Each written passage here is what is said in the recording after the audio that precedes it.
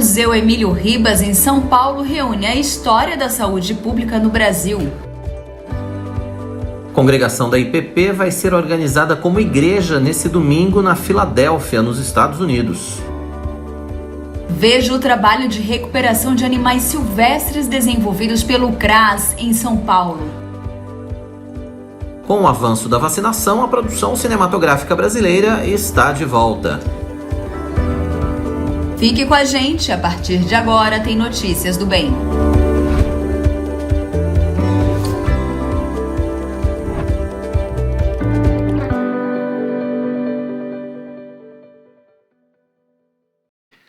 Olá, tudo bem? Estamos chegando aqui com o nosso Notícias do Bem desta quinta-feira. Seja muito bem-vindo à IPP TV, caso você já não estivesse acompanhando aí o Manhã IPP, né? Porque tem uma turma que estava acompanhando o Manhã IPP e agora vai ficar com a gente no Notícias do Bem. Mas se você está chegando agora, seja muito bem-vindo. Pelas próximas 2 horas a gente vai trazer muitas informações para você. Vamos falar a respeito dos trabalhos da Igreja Presbiteriana de Pinheiros, a respeito dos campos da nossa junta missionária e, claro, as notícias que também fazem parte do nosso dia a dia, que você precisa ficar sabendo, os assuntos que fazem parte da nossa vida, né? Afinal de contas, a gente precisa tratar também aqui no nosso Notícias do Bem, tá certo, Tainá? Tá certo. Tá de verdinho hoje, Tainá? Tô de tá verde. Presbiteriana, verde. Hoje eu tô. Hoje eu tô de verde, uniformizada. Olha, muito bom ter vocês aqui conectados. E é claro, gente, eu conto com a sua participação no nosso chat. O telefone tá aqui do ladinho e, meu Deus, olha só quantas mensagens. Ah, não, eu tô empolgada. É do Manhã IPP. É do Manhã ainda. IPP, resquícios. E eu tô aqui toda animadinha, achando que já são olá, Tainá, olá, Roberto, tudo bem? Que bom ter vocês. Mas eu conto com a sua participação. Carol Menali já deixou mensagem aqui também, não tô tão iludida não. Mas eu conto com a sua participação. Deixe sua mensagem aqui no chat, participe. Claro, comentando, contando como começou o seu dia, o que você está fazendo? Está preparando o almoço? Está trabalhando e nos ouvindo? Como é que está aí a sua rotina, hein? E claro, curtindo o nosso vídeo. Se você ainda não é inscrito em nosso canal, aproveite para se inscrever. Este é o momento. E claro, compartilhar o sininho. É verdade. Ative o sininho aí, as notificações, para que você possa receber as informações aqui da nossa IPP TV e também sempre que um culto estiver começando na Igreja Presbiteriana de Pinheiros, sempre que tiver um evento acontecendo na igreja, você vai ser notificado, você vai poder acompanhar com a gente aqui em tempo real. Afinal de contas, a IPP TV é a sua TV missionária. 24 horas por dia você tem programação. A hora que você vier para cá, você vai encontrar programação com conteúdo cristão de qualidade, conteúdo cristão reformado de qualidade sempre para você aqui na nossa IPP TV. Então se inscreva e, mais uma vez, curta o nosso vídeo. Ah, tá. Eu preciso ler esse comentário para você, Roberto. Bora. Carol Menali escreveu o seguinte: bom dia, Notícias do Bem. Roberto, gosto tanto quando você e sua esposa participam do louvor. O culto de ontem foi especial. Aqueles louvores me lembraram quando me converti há 20 anos. Obrigada. Ai, que bom. Especial. Eu gosto desses louvores mais antigos também. A gente também. Bom, enfim, né? Recordar. E a Delva também, bom dia, Quirino, graça e paz, bom dia, Tainá, Uruará, Pará, e o reverendo Almir Campos, ficar bem informado com Notícias do Bem, uma bênção. Bacana. Ai, que bom. Muito obrigado pela audiência aqui de todos vocês. Você que está chegando agora, deixa o seu recado aí também, interaja com a gente, esse espaço é todo seu. E Carol, olha, servir ao Senhor através do Ministério de Louvor é algo que enche o nosso coração há muitos anos. A gente tem a oportunidade de fazer parte dos ministérios de louvor pelas igrejas pelas quais a gente passou aí no Brasil por conta do meu trabalho e agora aqui na Igreja Presbiteriana de Pinheiros. E a gente gosta, assim, de relembrar esses louvores mais antigos, né, que fazem parte da nossa história e ensinar, né, esses louvores tão cristocêntricos também para a nova geração, né, porque, enfim, a gente precisa manter isso sempre no foco, né, letra cristocêntrica. Exatamente, isso é fundamental. Bem, vamos de notícias? Vamos de notícias. O Museu Emílio Ribas é outro espaço cultural que já está aberto para visitação com a retomada segura aqui no estado de São Paulo. É verdade, o local reúne a história da saúde pública no Brasil. Vamos ver. Construído em 1893 e reconhecido como Patrimônio Cultural de São Paulo, o edifício abrigou o antigo desinfectório central, um dos primeiros equipamentos de saúde pública, cuja presença física estimula a curiosidade sobre o desenvolvimento das ciências biomédicas e das políticas públicas na área da saúde. O Museu Emílio Ribas, ele foi idealizado para ser um museu em homenagem ao Emílio Ribas, que foi um importante sanitarista no final do século XIX, começo do século XX, né, no estado de São Paulo. Esse espaço, ele foi o desinfectório central, que foi fundado em 1893, e no final dos anos 70 ele passa a ser a sede do Museu Emílio Ribas. Tem um acervo muito rico de cartazes, de campanhas de vacinação, de prevenção de doenças, fotografias, plantas de postos de saúde do interior, e tem uma pequena documentação também ligada ao Emílio Ribas. Esse museu ele é muito importante porque ele reúne a documentação da Secretaria por mais de um século. Então é um museu que conserva essa memória de mais de 100 anos de saúde pública no estado de São Paulo. Em 2010, o museu foi transferido para o Instituto Butantan, integrando-se à estrutura do Centro de Desenvolvimento Cultural. O Museu de Saúde Pública Emílio Ribas está localizado no bairro do Bom Retiro, próximo a outras instituições culturais como a Pinacoteca do Estado, Memorial da Resistência, Sala São Paulo, Museu da Língua Portuguesa, Museu de Arte Sacra e Museu da Energia. Aí mais uma visita que vale a pena aqui em São Paulo. Aliás, São Paulo, né, tem vários destinos culturais importantes, são muitos museus, a gente viu alguns aí, né, todos aí mais ou menos na mesma região de São Paulo. Não dá para fazer tudo num dia só, porque é muita coisa para fazer num dia só. Mas você consegue fazer uns 2 de cada vez aí, né, tranquilamente. Dá para se programar. E vale a né? pena, viu? É assim, dá para definir aquilo que você gosta pelo perfil, né? Aquilo que faz parte também programa. do teu assunto de interesse, por exemplo, se você trabalha com saúde, com certeza você vai querer conhecer o Museu Emílio Ribas, né? Muito bom. Ó, temos mais mensagens. O Gessé Gomes colocou aqui, bom dia mais uma vez, é um prazer ter vocês trazendo notícias do bem. E a Sueli Mendes, ela colocou, bom dia, queridos irmãos apresentadores do Notícias do Bem. Ela tá ali, ó, de Guarapari, Espírito Santo, e ela é membro da Primeira Igreja Presbiteriana de Vitória. Ah, que bacana. Guarapari é uma praia maravilhosa. Vontade de estar em Guarapari agora, viu? Eu concordo, minha família. Eu viajei, fui muito para lá, né? Minhas férias. Diz que Guarapari é a praia do mineiro. Os mineiros todos vão para Guarapari, dizem. Não sei os mineiros, mas os rondonienses vão bastante, né? Mas Guarapari é maravilhosa, vale muito a pena conhecer.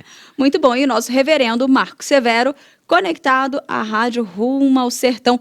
Ele disse que ontem eles estavam fora do ar por falta de energia elétrica. Eita.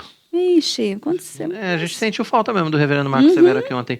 Seja bem-vindo mais uma vez, reverendo Marco Severo, toda a audiência da rádio Rumo ao Sertão, norte e nordeste do Brasil, só não, o Brasil inteiro e vários países do mundo também, acompanhando a Rádio Rumo ao Sertão e acompanhando o nosso Notícias do Bem via Rádio Rumo ao Sertão. É sempre um prazer falar para vocês aí que estão acompanhando o nosso programa. Muito bom, e é isso. E a Mira, que também, Mira Nunes, ama ouvir a gente e ela fica sempre antenadinha aqui com Notícias do Bem. Muito bom. O cérebro é uma máquina perfeita criada por Deus. Processa ao mesmo tempo racionalidades, emoções e outras coisas diferentes, né? Que em determinado momento começa a criar regras de programação. Verdade. Aí aparecem os hábitos. Toda vez que alguém experimenta algo novo, faz uma série de avaliações, processa o aprendizado e guarda aquilo que vai ser importante para situações futuras. Tudo bem, entendemos, mas como é que a gente cria hábitos positivos no nosso dia a dia? Quem vai falar com a gente ao vivo no Notícias do Bem sobre esse assunto e explicar todos esses processos é a especialista em comportamento Sandra Paiva. Você também já pode participar com a gente a partir de agora. Como a gente já falou, né? Deixa aí a sua pergunta ou faça seu comentário no chat do nosso canal. A gente conta com a sua participação. Hoje a gente vai falar sobre bons hábitos, portanto, né? Como é que a gente cria e desenvolve bons hábitos? Porque hábito ruim até parece que é mais fácil de desenvolver do que os bons. Mas a gente vai falar disso com a Sandra. Tudo isso a gente vai Calma falar lá. com a Sandra. Se você já tem algumas dúvidas aí, quer saber, já prepara suas perguntas, já para logo mais poder encaminhar e ficar por dentro de tudo, já coloca no entender, nosso né? chat aí também, né? Exatamente. Agora nós vamos falar de um assunto muito interessante, né? Uhum. Dessa questão da produção cinematográfica, né? O mais recente filme do James Bond, né? Foi a primeira grande produção que teve sua estreia neste momento de vacinação avançada e retomada gradual de atividades. Verdade. A indústria do cinema foi uma das muitas que pararam durante a pandemia, tanto por causa das salas de cinema, que estavam fechadas em todo o mundo, quanto pelos riscos de contaminação nos sets de filmagem. Essa realidade, claro, também está mudando a partir de agora, com a retomada segura. A gente já tem visto algumas ações acontecendo, mas quem vai falar com a gente ao vivo sobre a retomada dessa indústria no Brasil é o produtor de cinema Bruno Benetti, que está com a gente ao vivo aqui no Notícias do Bem. Bruno, seja muito bem-vindo ao Notícias do Bem, é um prazer falar com você. Bom dia, o prazer é meu, viu? Muito obrigado aí pelo espaço. Imagina, queria começar pelo começo, né? A gente teve um processo, a gente teve um tempo realmente muito complicado, né? A gente pode dizer no último ano e meio, quase 2 anos aí, a produção cinematográfica brasileira, do mundo, né? Mas vamos trazer aqui para o nosso país. A produção cinematográfica parou, né? Não tinha como fazer nada e não tinha por que fazer também, né? Sim, foi um caos, acho que para todo mundo, né? Nos grandes polos ainda, algumas produções elas deram o primeiro stop, né? No comecinho da pandemia, até eles entenderem o que estava acontecendo, e foram retomando isso aí lá para agosto, setembro, né? Já nos pequenos polos a turma acabou sofrendo mais. Nós daqui, por exemplo, eu sou daqui de Poços de Caldas, aqui da divisa do estado aqui de Minas com São Paulo. As produções menores elas pararam por completo, pararam em fevereiro, março, voltaram só em novembro. Então a gente ficou nesse gap, num aperto bem complicado. E aí você teve um problema grave, não só na questão de produção cultural, mas toda uma indústria que emprega um monte de gente que parou, né? Muitos Nossa, profissionais. tudo. Desde da parte corporativa, né?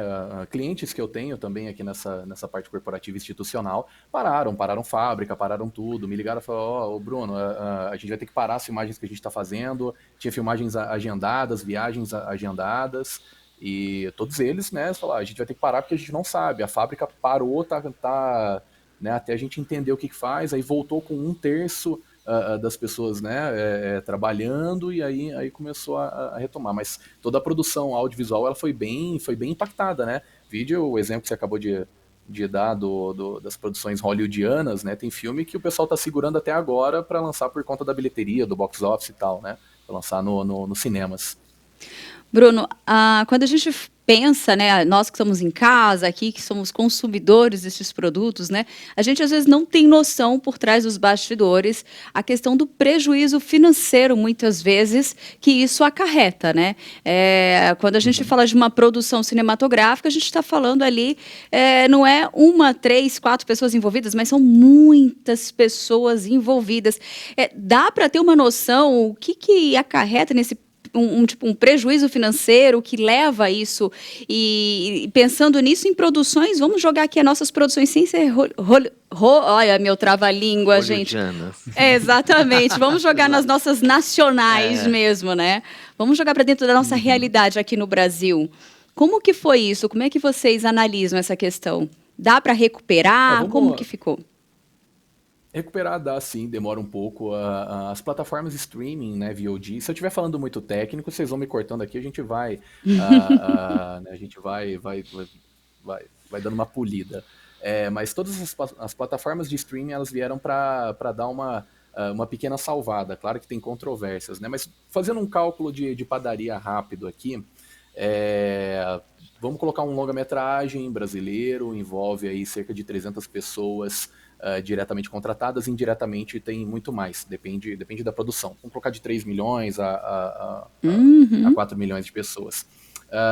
O processo de pré-produção, que seja de 7 meses, né, pré-produção, até você preparar o roteiro, montar o projeto, deixar ele tudo bonitinho para a hora da filmagem. E aí a filmagem são 45 dias de filmagem, em média 30 dias, depende da produção. Estou fazendo uma média aqui para ficar fácil o nosso cálculo. Nesses 45 dias de filmagem, você está pagando todos esses profissionais que já se prepararam todo esse tempo, esses 7 meses, 1 ano, até 2 anos para trás. Então, no dia da filmagem, vamos filmar, vamos lá. Ninguém pode faltar porque é uma arte coletiva o cinema. Então, um depende do outro. E se um falta, isso dá um prejuízo muito grande. E quando você tem que parar toda uma produção, porque você já está com tudo agendado, a locação já está paga, os atores já estão pagos, né? Você está pagando, que seja na semana, que seja no mensal, que seja no diário. Então coloca isso, entendeu? Você só vai multiplicando. O salário da pessoa, R$ 3.000 o salário dela. Na semana ela tira 1.000 e pouco. Tô jogando alto aqui, tá? Depende muito das produções. Multiplica isso por 300 pessoas que estão envolvidas nesse projeto. Então, e multiplica pelo número de dias, porque você está pagando na diária, no mensal ou no semanal.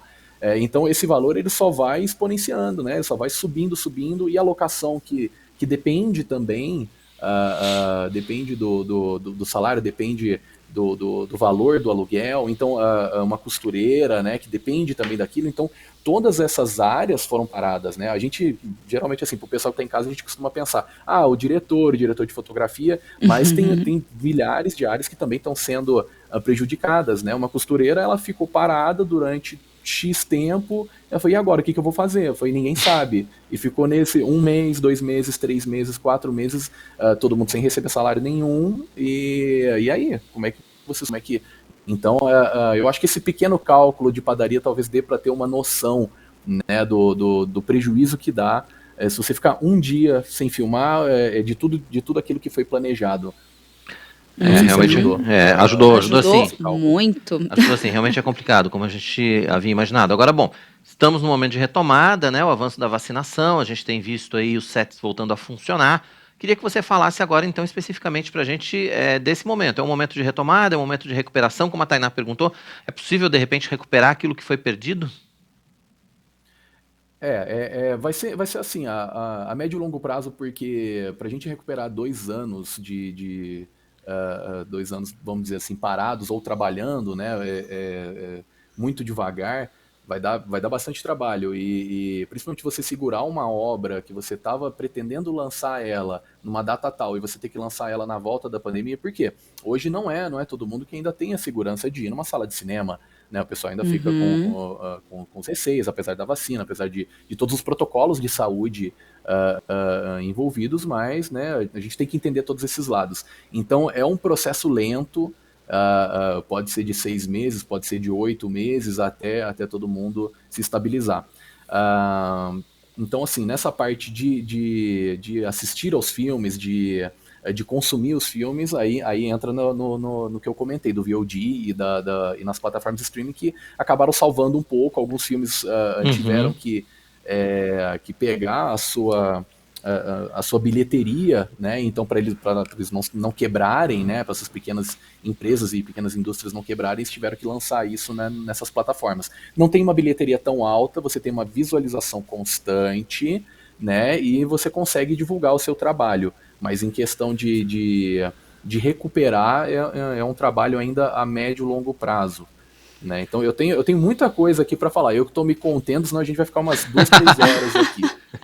Mas, Bruno, e uma das questões que eu acho que entra muito em debate é esse novo momento que nós estamos vivendo, né? Hoje os cinemas, a gente vê essa pós-pandemia, essa questão das salas de cinemas, que a gente ainda não vê elas tão movimentadas, mesmo voltando, muitas pessoas inseguras, mas a gente vê um movimento nas casas, né? Você vê que as N possibilidades hoje de streams, as pessoas poderem adquirir o próprio filme em casa. Como que vocês analisam esse novo mercado? Como que vocês analisam essa nova forma de produção, né? De produzir o conteúdo? Temos os prós e contras aqui. Isso é muito discutido até porque quando você está em casa, você tem 1000 fatores que vão te interromper para você não assistir o seu filme, a sua série. Toca a campainha, a amiga liga, você está aqui no celular. Né, eu tava num num curso recente até de distribuição na América Latina, e um dos produtores comentou, ele botou uma chargezinha que tinha toda a família, o filme estava passando, né, na TV e tal, né, todo mundo tem uma sala de cinema, aquele negócio todo, né, assistindo lá na TV, aí o filho estava jogando, a filha estava no celular, o cachorro era o único que Latindo. estava assistindo o filme, latindo, e o único que estava ali mais interessado no filme, e a mulher, né, e ele ali olhando também no celular. Então, isso prejudica muito, porque você tira aquela imersão. Eu acho que a parte gostosa de você ir no cinema, porque ele é um evento, então você vai com os amigos ou você vai sozinho, você se programa para ir. Então já começa o primeiro passo. Quando você vai no cinema assistir aquele filme e você sai, você toma emprestada aquela personalidade do personagem que você mais gostou. Então você sai com aquilo, você sai com aquela identidade, e isso te faz refletir e te faz pensar, né, sobre a vida. Tem gente que às vezes está com alguns problemas e vai assistir um filme para relaxar e acaba, né, se identificando com o personagem e faz ela refletir os seus problemas e pode achar até uma solução. Então, esse momento mágico, né, ele acaba sendo diminuído gigantescamente. Né? Por um outro lado, né, a parte da distribuição, streaming, tem um alcance muito grande e facilita muito para outros produtores conseguirem, né, vender a sua obra a um baixo custo, né? Mas aí você entra naquilo, né? Porque você precisa vender o filme. Então, se você precisa vender o filme, mas você precisa divulgar ele também, e aí? Então, isso depende da distribuição de cada um e do marketing que cada um tem que fazer. Então, tem muita gente que briga com o cinema, briga com não sei o quê. O cinema vai morrer? Não vai morrer, porque é um público que quer isso que eu acabei de falar. Vou dar um exemplo rápido. Meu pai, por exemplo, já tá mais velho, um pouco mais impaciente, né, às vezes ele vai no cinema, não liga um ar-condicionado, ele já começa a ficar, porque ele é calorento. Ele gosta de assistir o filme dele em casa, tranquilo, só que ele não fica pausando, ele fica quietinho lá na dele, né, porque ele não gosta daquela, né, eu e minha esposa já completamente ao contrário, a gente já gosta de assistir o filme em conjunto, né, de ter aquela reação. Então tem os dois públicos e esses prós e contras, né, mas não sei se eu consegui responder a sua pergunta. Conseguiu sim, ficou.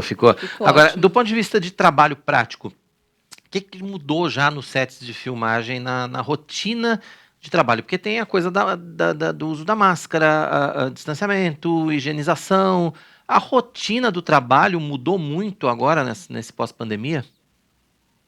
Roberto, mudou sim, viu? Mudou bastante e encareceu um pouco mais, porque, bom, a gente tem que seguir os protocolos, demora um pouco mais pra gente fazer os ensaios, né? Então, todo ensaio você tem que ficar testando, tem que não sei o quê, ou você marca uma semana só de ensaios.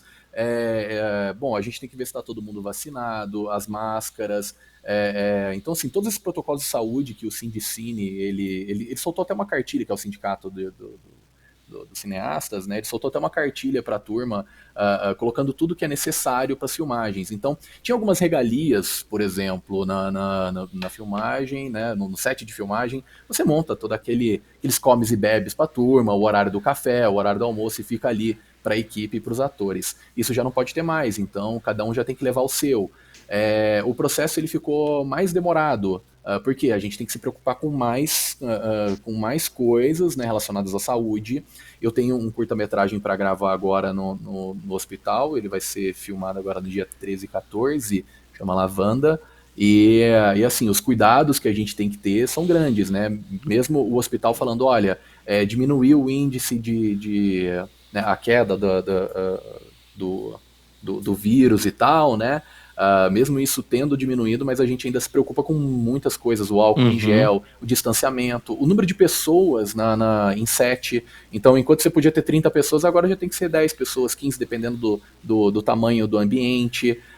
Então, isso aí você diminui o número de profissionais, isso aí pode acarretar em algumas faltas de algumas áreas no filme. Então, você tem que pensar muito bem como que você vai colocar tais profissionais no momento certo, na hora certa. Então, essa logística aumentou e, consequentemente, o custo acaba aumentando.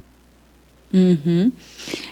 É uma questão que veio a acarretar, e hoje dentro do meio dos produtores mesmo, qual que é a maior preocupação hoje, Bruno? O que entre vocês, qual que é o ponto X que vocês mais discutem, que talvez seja o próximo passo aí para esse início de 2022 para o mercado?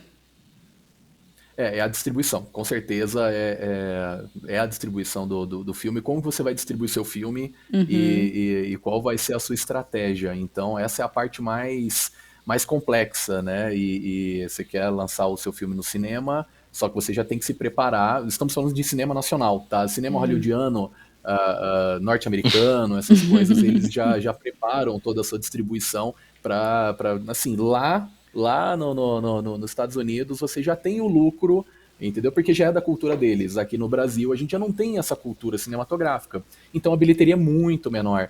Para a gente produzir um filme, colocar aqui, competir com o mercado internacional, já é um problema, certo?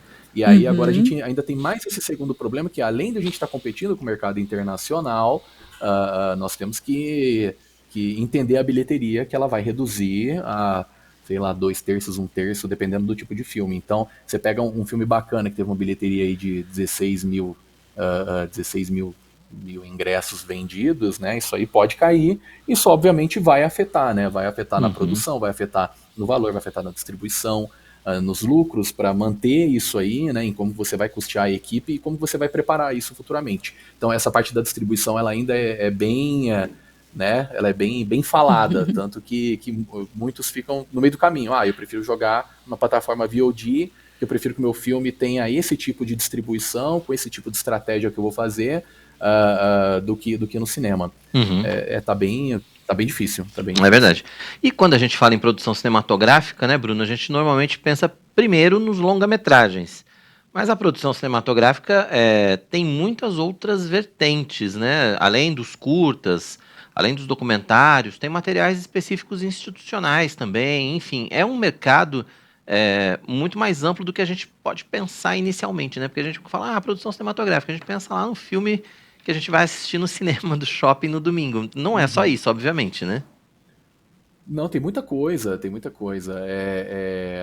Né, os vídeos corporativos, as empresas já estão fazendo já com esse tom mais cinematográfico, então a gente já tem os storytelling, né, que são as contações de história a partir, então você pega a história do dono da empresa e você transforma isso numa vida, porque tem toda uma vida que ele passou, um sofrimento, uma coisa que é bacana, e você agrega valor àquela história, transforma isso em vídeo, e você vende o valor, o valor da empresa, que é o marketing 3.0 hoje. Hoje ninguém mais Uhum. compra o produto por comprar. Você avalia se aquela empresa faz testes em animais, se ela, entendeu? Se ela corresponde com os seus valores pessoais. Então, assim, além dessas obras cinematográficas, como você falou, curta-metragem, o longa, documentário, tem as séries, tem todas as outras produções audiovisuais, que é um mercado grande.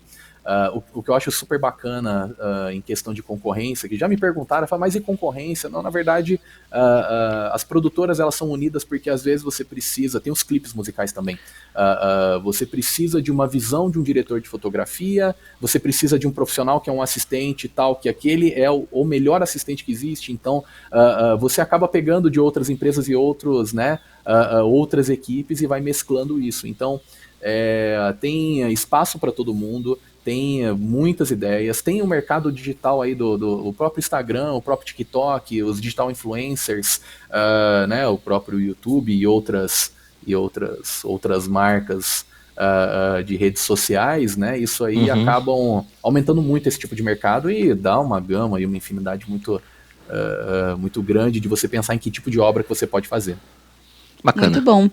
Bruno, apesar desse rostinho, né, jovem, você já começou, acho que cedo nesse mercado, né? Você tem uma experiência já um pouco grande aqui. A gente olha o currículo, você já tem uma produção longa. Conta um pouquinho da sua carreira aí de produção cinematográfica pra gente.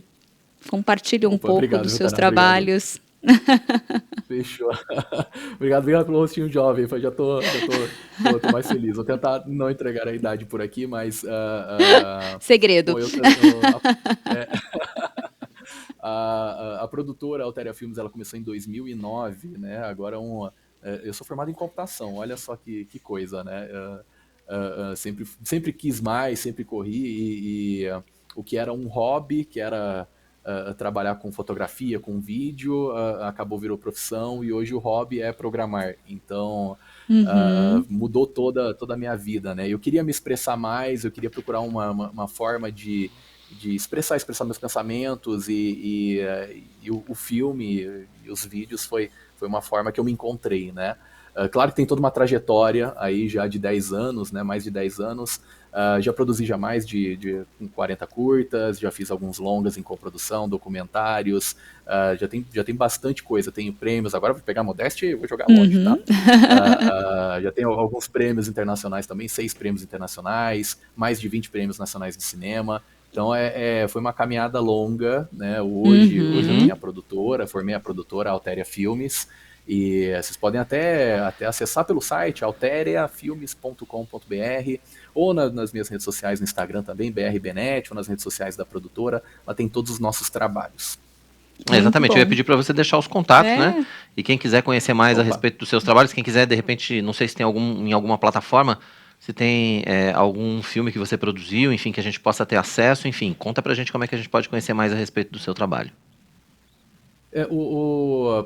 Pode entrar pelo site mesmo, lá no site já tem todos os links, tem o link pro IMDb, porque depende muito dos filmes. Alguns filmes estão na Amazon Prime, consegue assistir por lá, só escrever meu nome, Bruno Benetti, 2 T's e I, ou escrever o nome da produtora, você acessa, tem na plataforma Look, que aí já são as plataformas de streaming, como eu estava comentando. Outras produções que a gente já está fazendo já para o ano que vem, então já tem longa-metragem aí sendo trabalhado, 2 curtas que a gente fez agora para esse segundo semestre. O último que a gente acabou de realizar, já estamos soltando ele, que é o Bloody Mary. Ele é um filme que ele trata sobre feminicídio e violência doméstica, que foi uns dados que eu vi por conta da pandemia que aumentaram esse número de ataques, infelizmente, porque a turma começou a ficar mais em casa, e eu fiquei indignado com isso e eu resolvi transformar isso numa obra para quem sabe ajudar alguém. Esse filme você consegue assistir ele também, se entrar lá no nosso site vai ter o nosso YouTube, dá para ver ele, que eu tô deixando só essas 2 semanas, porque depois ele vai entrar em circuito de festivais, né, nacionais e internacionais, e aí a gente já tem que fechar por conta do circuito. Mas tudo isso pode ser visto lá no site ou no meu Instagram também, quem gosta de acompanhar sobre cinema e entender mais, né? Eu sempre passo as minhas experiências lá no Instagram pessoal, que é @brbenet, Tá certo. O site tá aí, alteria.com.br, tá na tela para você que quiser acompanhar mais a respeito do trabalho do Bruno, quiser conhecer também as produções, né, que ele faz. Desculpa pois não, pode falar. Roberto, tem o Altéria e o Altéria Filmes. O Altéria é o lado corporativo, e aí o Altéria Filmes é só adicionar um filmes aí. É só adicionar o filmes aí. Já cai direto já na parte das obras, entretenimento e tudo mais. Boa, então alteriafilmes.com.br. Tem um comentário aqui que eu quero, o do Wagner, ele falou: que saudade de assistir um filme no cinema e de comer pipoca com manteiga. Mas já dá. Agora já dá. Não, já dá pra matar a saudade. Aliás, eu tô pensando em fazer isso nesse fim de semana, inclusive, que eu também tô com saudade. E a Delva colocou aqui que o último filme que ela assistiu foi Êxodo. Nossa, faz tempo, hein? Faz muito tempo. Fizei no cinema, Delva, Esse acho que foi antes ainda da pandemia, hein? Bem antes. Agradecer o Bruno Benetti, produtor cinematográfico, participando com a gente ao vivo aqui no nosso Notícias do Bem, falando sobre a retomada das produções cinematográficas no Brasil. Bruno, obrigado pela sua participação, parabéns pelo seu trabalho e conte sempre aí com Notícias do Bem pra gente dar boas notícias, né, a respeito do cinema nacional. Show de bola, é um prazer conversar com vocês, eu gostei da energia aqui de vocês são muito bacanas, estou gostando de estar com a turminha aqui também. Que bacana. E espero contar mais com vocês e a gente conversa por aí sobre cinema. Boa, com certeza. Ótimo. Obrigado, Bruno. Obrigada. Aí o Bruno Benetti participando com a gente ao vivo aqui no comecinho desse Notícias do Bem, desta quinta-feira, falando sobre produção cinematográfica, retomada, né, vamos dizer assim, da produção cinematográfica no Brasil, né, Tainá? É isso mesmo, gente. É gostoso, né, gente? Eu gosto demais de ir pro cinema, de poder assistir um bom filme e ajuda a gente a refletir, porque é uma outra linguagem, uma outra forma de nos tocar, de trazer aquela reflexão, de temas super importantes como essa última produção que ele trouxe. Sim. Aliás, na nossa coluna então. Luzes, Câmera, Reflexão de toda sexta-feira, reverendo Alceu fala a respeito da visão, né, da cosmovisão cristã aplicada à produção cinematográfica. Amanhã, inclusive, tem, viu? Luzes, Câmera, Reflexão. Toda sexta-feira. É isso mesmo. Tem um comentário aqui, ó. Sabe quem tá ligadinho? Eu tô feliz. É o nosso reverendo Christian Robson, ele que é o pastor ali da igreja Mogi Mirim. Que bacana. E ele tá conectado aqui, ele, né, pelo perfil também da igreja presbiteriana de Mogi Mirim. E ele falou, bom dia, amados, Roberto e Tainá, bom assistir Notícias do Bem. Muito bom, eles estão ligadinhos aqui com a gente. Que bacana. Ele e a esposa Neide. Posso mandar um beijinho? Pode. Beijo. Vamos lá, agora é hora de saber como fica o tempo no Brasil para essa sexta-feira. Sexta-feira com possibilidade de chuva em boa parte do país. Só no sudeste o tempo deve ficar firme. São Paulo vai ter sol entre nuvens, mas sem possibilidade de chuva. As temperaturas se mantêm estáveis, mínima de 15 e máxima de 27 graus. Em Guarapari, no litoral do Espírito Santo, sol com muitas nuvens durante o dia e períodos de céu nublado. Noite com muitas nuvens. As temperaturas variam entre 18 e 27 graus. No sul do país, Chapecó, em Santa Catarina, vai ter sol e aumento de nuvens pela manhã, com pancadas de chuva à tarde e à noite, mínima de 17 e máxima de 30 graus. Em Corumbá, no Mato Grosso do Sul, sol e aumento de nuvens pela manhã, pode chover à tarde e à noite, mínima de 24 e máxima de 32 graus. Região Nordeste, em Itabuna, no sul da Bahia, sexta-feira de sol com muitas nuvens durante o dia, intercalando com períodos nublados, com chuva a qualquer hora. As temperaturas variam entre 23 e 27 graus. Em Ji-Paraná, interior de Rondônia, sol com muitas nuvens. À tarde e à noite, há previsão de pancadas de chuva, mínima de 25 e calorão de 37 graus. Gente, Calorão. Ji-Paraná realmente é um calorão. Eu tive lá cobrindo a Expojipa, Exposição Agropecuária de Você sabe que eu me Ji-Paraná. formei lá, né? Você se formou em Ji-Paraná, né? Pois é, eu lembro do calorão que eu passei quando eu fui cobrir a tal da Expojipa lá em Ji-Paraná, viu? Expojipa. Informei no seu Giubra. Mas você sabe por que é o calorão, né? Por causa do rio. Por causa do rio que corta a cidade. Belém, Manaus, porque você tá na linha do Equador quase também, né? E aí você tem o rio que corta a cidade. É um então, quente úmido, assim. Ele corta, tá bem no meio da cidade, então o calor, né? O quente úmido, isso mesmo. É o quente úmido. Daquela região toda, né?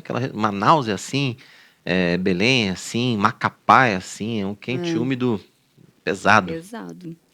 E agora, Lídia Dica, eu tenho um recado muito especial pra gente. Você já parou para pensar que a sua contabilidade precisa atender ao padrão de Deus e também dos homens? É por isso que a Contábil Ribeiro está há mais de 35 anos servindo a igreja brasileira e missionários ao redor do mundo. Faça a contabilidade da sua igreja com a Contábil Ribeiro. Igrejas de todo o Brasil podem ter essa consultoria. Saiba mais acessando www.contabilribeiro.com.br. Contábil Ribeiro, contabilidade especializada para igrejas. Tudo bem, um abraço para o Felipe e para toda a equipe do Contábil Ribeiro, que estão sempre também acompanhando aqui o nosso Notícias do Bem, viu? Tem a audiência certa lá na Contábil Ribeiro. É isso aí. Agora é hora da nossa coluna Pelos Campos JMP. Hoje o reverendo Mariano Alves Júnior vai mostrar para a gente como foi o culto de inauguração da congregação da Igreja Presbiteriana de Pinheiros em Avaí, no interior paulista.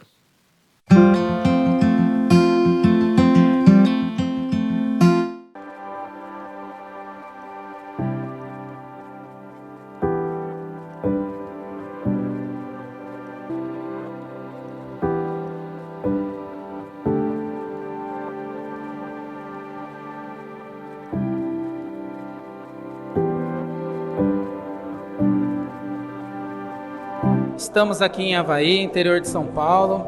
Hoje é um dia festivo. Estamos muito felizes com o culto de inauguração da congregação da Presbiteriana do Brasil em Avaí, onde contamos com a participação de diversos irmãos da região. Estamos muito felizes com essa oportunidade dessa igreja aqui na nossa cidade, crendo que o trabalho irá crescer para a glória do Senhor Jesus.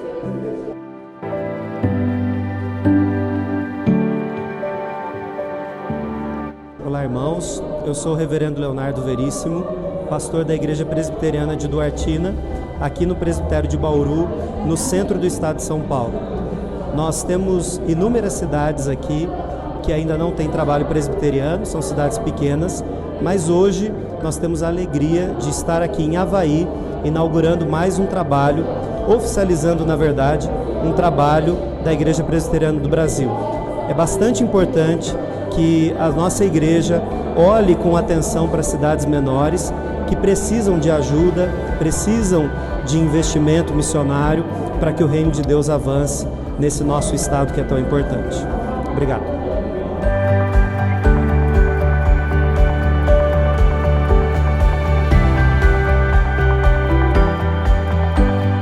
Hoje é um dia muito feliz para todos nós, a inauguração do templo da Igreja Presbiteriana do Brasil em Avaí. Nós estamos todos muito gratos a Deus, esperamos que a boa, perfeita e agradável vontade do Senhor se cumpra aqui na nossa cidade.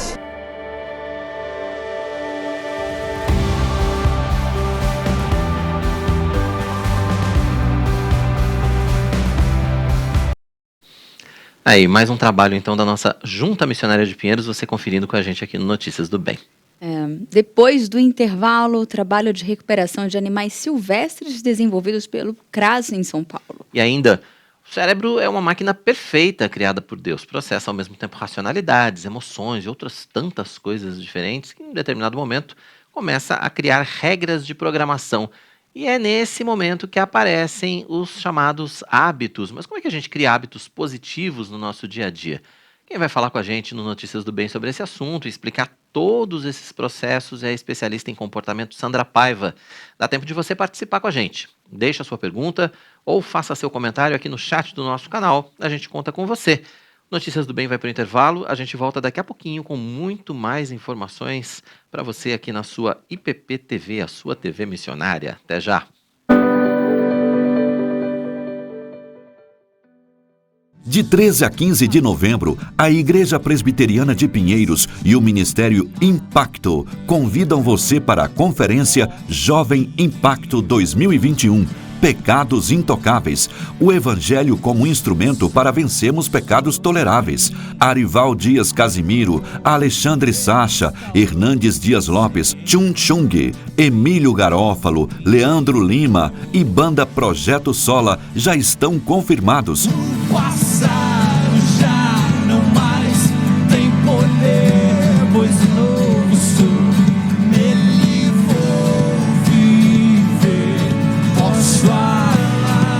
E você é o nosso convidado. Acesse ministérioimpacto.com e faça sua inscrição. As vagas são limitadas. Pois foi ele quem venceu em meu lugar. Conferência Jovem Impacto 2021. Aos seus pés vou me lançar. De segunda a sexta, às 7 da manhã, a criançada tem espaço na IPP TV. Diversão, histórias e muitas lições para a vida dos nossos pequeninos no Pinheirinhos TV. E aos sábados, 7 da manhã, tem sempre a estreia de um novo programa da temporada. E eu quero ver você por aí, hein? Pinheirinhos TV, aqui na IPP TV, a sua TV missionária. De segunda a sexta, tem programação ao vivo para você. Suas manhãs começam com o pastor Mariano Alves Júnior e seus convidados no Café, Prosa e Missões. E um tempo de oração com o pastor Arival Dias Casimiro, no Orando pela Cidade. Às 9h30, medite na Palavra de Deus no Vida Devocional. Às 10 da manhã, Lídia Dickel te espera no Manhã IPP. Saúde, bem-estar, viagens, artesanato e muito mais no programa que já faz parte do seu dia a dia. 11h30 da manhã, as boas notícias entram em pauta. O nosso time de jornalistas, sempre em busca de informações que enchem o coração de esperança. Você vai ficar informado com Notícias do Bem. Em seguida, uma roda de conversa sobre temas bíblicos e importantes debates sobre a vida cristã. Entre nesse grupo e participe do Conversa da Tarde. De segunda a sexta, sempre ao vivo, aqui na IPP TV, a sua TV missionária.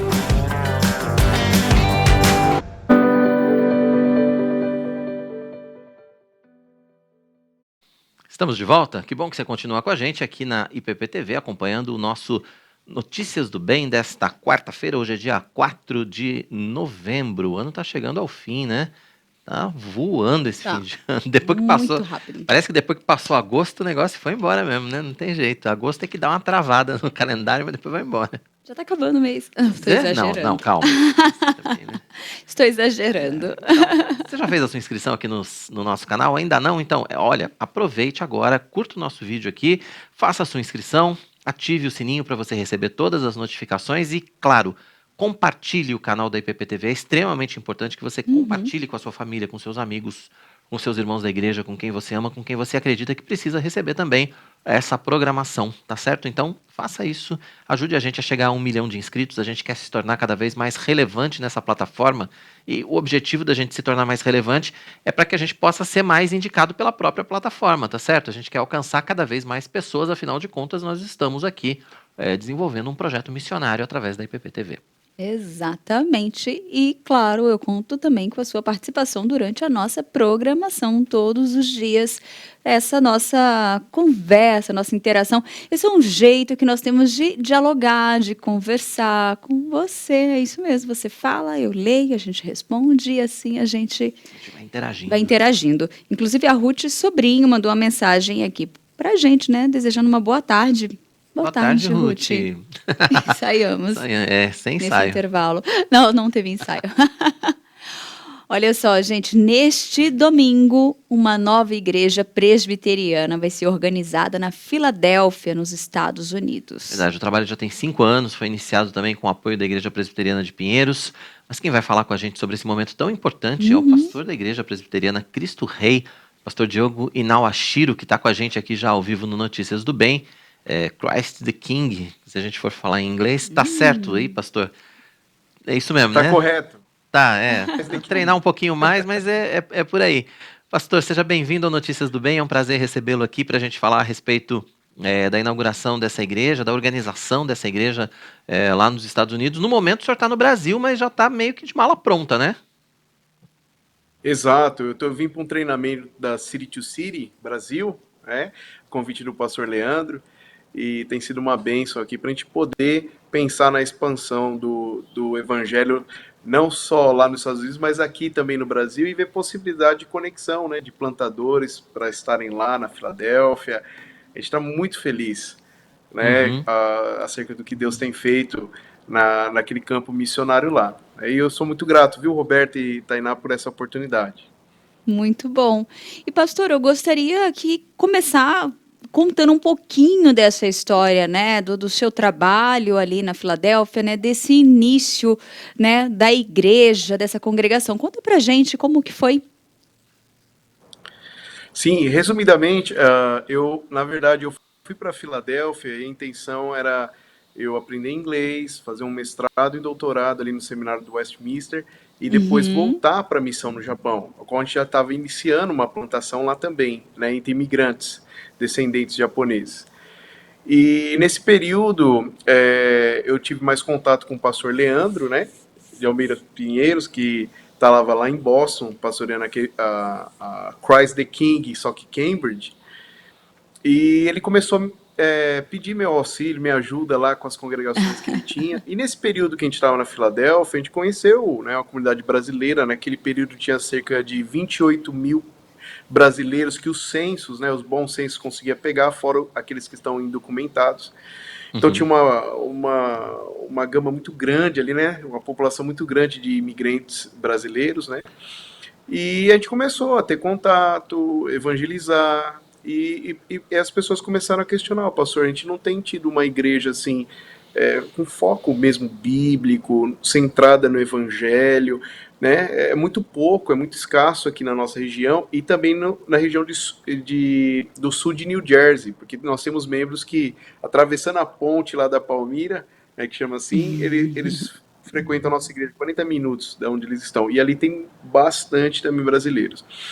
E nisso o pastor Leandro começou a me encorajar, sabe, a pensar em relação à plantação ali na Filadélfia, né, no estado da Pensilvânia. Não sei se vocês sabem, mas a Pensilvânia é onde os presbiterianos, né, os escoceses, quando eles foram colonizar os Estados Unidos, eles foram para lá. Sim, faz parte da história faz parte da história da igreja presbiteriana, né? A Pensilvânia. Exato. Então, olha que legal. A primeira igreja presbiteriana nos Estados Unidos inteiro está no centro da Filadélfia. O maior museu presbiteriano do mundo está lá na Filadélfia. A maior concentração de igrejas presbiterianas nos Estados Unidos está lá na Filadélfia. E nós não tínhamos uma que alcançasse o povo de língua portuguesa, né? E aí o Leandro começou a me encorajar, né? Essas pessoas começaram a questionar. A gente conheceu o evangelho, mas qual igreja que nós vamos aqui? E nós tivemos uma reunião, então, com o presbitério leste da Pensilvânia, ao qual eu pertenço hoje, e naquela época o coordenador de plantação de toda a área da Filadélfia e de sul de New Jersey, o reverendo Bruce Finn, nós tivemos uma reunião com ele e ele falou, resumidamente, ele falou, Diogo, você é resposta de oração. Porque há muito tempo nós temos visto a população aqui de brasileiros, portugueses aqui crescendo, mas nós não tínhamos um plantador, com perfil, né, da nossa igreja, e nós tínhamos orado muito para que Deus mandasse um. Então, você é resposta de oração. Eu confesso que, naquele momento, eu não estava preparado para isso, né, que a minha ideia era me preparar para voltar para a missão no Japão, né. Mas quando a gente viu todo esse direcionamento de Deus, né, o pastor Leandro estava já me encorajando bastante acerca dessa plantação e o presbitério ali da Filadélfia apoiando, a gente, pela graça de Deus, assumimos, né, essa responsabilidade e muitas lutas, muitas dificuldades, como é qualquer plantação, nós começamos do zero, e nessa caminhada Deus foi sustentando, nos dando força, nos dando capacitação para a gente chegar nessa fase final, que agora, pela graça de Deus, vamos chegar à organização da nossa igreja nesse domingo. E aproveitando, Roberto, você falou, né, tô de malas prontas, eu tenho que fazer o teste aqui do Covid, porque se der positivo eu nem posso viajar, eu vou perder a organização. Mas mas você tá ótimo. Tá tudo bem. Olha esse sorriso, como você tá bem. A igreja, ela é voltada para a comunidade de língua portuguesa na Filadélfia. Mas tem americanos que também participam ou não? São só brasileiros, portugueses, africanos, enfim, população que fala língua portuguesa hoje que participa da igreja, pastor? A visão da nossa igreja, Roberto, excelente pergunta. A visão da nossa igreja é ser uma grande igreja missional cross-cultural. Usava-se muito o termo multicultural, mas a ideia de multicultural seria mais ou menos assim, olha, nós estamos aqui, nós estamos abertos para qualquer povo. Essa é a ideia de multicultural. A ideia hoje nos Estados Unidos de cross-cultural, cross de cruzar, nós não estamos só abertos, vem aqui o estrangeiro que quiser. Não, é o contrário, a gente só receber, a gente vai atrás de pessoas, né, de outros povos, que nem a primeira fase dessa plantação era de língua portuguesa, mas a segunda fase é começar a trabalhar com os hispanos, quando a gente vai, né, de hispanos que tem lá, e nós já temos uma colombiana, membro da nossa igreja, tá chegando outra, e a gente sempre tem trabalhado nos fundamentos, né, da visão dessa igreja, nós não sermos um gueto brasileiro. É interessante que até os americanos do nosso presbitério têm falado que isso aconteceu com a igreja coreana. Eles centralizaram apenas nos coreanos, só que essa geração, a próxima geração, já é americana. Né? Nasceram ali, cresceram ali. Então as igrejas que ficaram só no coreano, hoje estão passando muita situação assim, difícil, estão se acabando, porque os próprios filhos já não se adaptam à cultura coreana de igreja, e são mais americanizados. Então a gente sempre levou a sério essa questão da gente não ser uma igreja, um gueto brasileiro, um point brasileiro, mas uma igreja que está começando com língua portuguesa, mas que está aberto a outras culturas, a outros povos, e em relação ao mesmo americano, a gente desde o começo sempre procurou trabalhar com tradução simultânea, cânticos em inglês, porque nós temos também muitos brasileiros que estão casados com americanos, né? O americano, como que a gente separa a família nisso, né? Os nossos filhos também, a gente percebe que os nossos filhos, para eles já faz muito mais sentido a aplicação do ensino bíblico, tudo já na cultura americana. Então, a gente tem que tomar desse cuidado. Exatamente, pastor. Ia perguntar exatamente a respeito dessas novas gerações, os filhos dos brasileiros, dos portugueses, enfim, que já nascem nos Estados Unidos, já estão inseridos também na cultura, na língua, enfim, é preciso pensar nisso desde muito cedo, como o senhor já falou aí também. Exatamente. Pastor, a importância, né, quando se fala na implantação de uma igreja, no preparar de uma igreja, né, de ter esse apoio também de outras igrejas, que nem eu gostaria que o senhor falasse um pouquinho da participação da IPP, da Igreja Presbiteriana de Pinheiros, né, do pastor Arival, talvez, nesse processo que foi para o senhor nesse momento, e até agora, né, que o senhor está aqui no Brasil, também, além dessa fase que foi inicial, e agora esse preparo também no curso do City to City, que é uma outra etapa também de preparo, né? A importância dos pastores estarem se preparando na implantação de uma igreja. Não, isso é fundamental, né? Isso é fundamental. A gente tem aprendido lá no meu presbitério que eu pertenço hoje, eu não sei se vocês sabem, mas a região onde uma das regiões onde mais tem implantado igreja dentro da PCA, a Presbyterian Church in America, a Igreja Presbiteriana da América, igual eu pertenço, né, como pastor, sou ministro lá. Uma das regiões que mais cresce, mais foca em implantação de igreja é a Filadélfia. E nós temos muitas pessoas com coração igual do reverendo Arival, né, plantador, vamos plantar mais igreja, vamos... O Bruce Finn, inclusive, o reverendo Arival quer levá-lo, né, para a conferência aí do ano que vem, ele tem esse coração bem assim, o reverendo Arival, quando esteve, venceu ele. Então, eles têm ensinado algo assim que é fundamental, que a City to City, inclusive, tem falado aqui, né, nos treinamentos. 3 coisas são importantíssimas numa plantação, né? Além do plantador em si, né? Que se não tem o plantador, como vai plantar, né? Mas 3 coisas são importantes. O network, você ter contatos com as pessoas, e não só para levantamento de sustento, isso não é o foco principal, mas até mesmo para troca de experiência, olha, o que você já tem trabalhado que tem dado certo, que não dá, como a gente lida com essa situação. Foi o que o reverendo Arival fez bastante, né, quando ele esteve conosco ali, ele ajudou muito a gente a enxergar as situações, porque a experiência, né, que ele, a Igreja de Pinheiros, tem tido, isso foi muito importante para a gente ali. Então, primeiro o network. Depois, a avaliação, né, o assessment, que eles falam que é a avaliação do plantador, né, onde ele é avaliado, é um teste muito assim, detalhado da personalidade, do perfil, do caráter, não só dele, mas no caso do plantador e missionário, da esposa também, para falar qual o seu perfil, para você já ver suas fraquezas, suas dificuldades, isso é importante. E por último, um coach.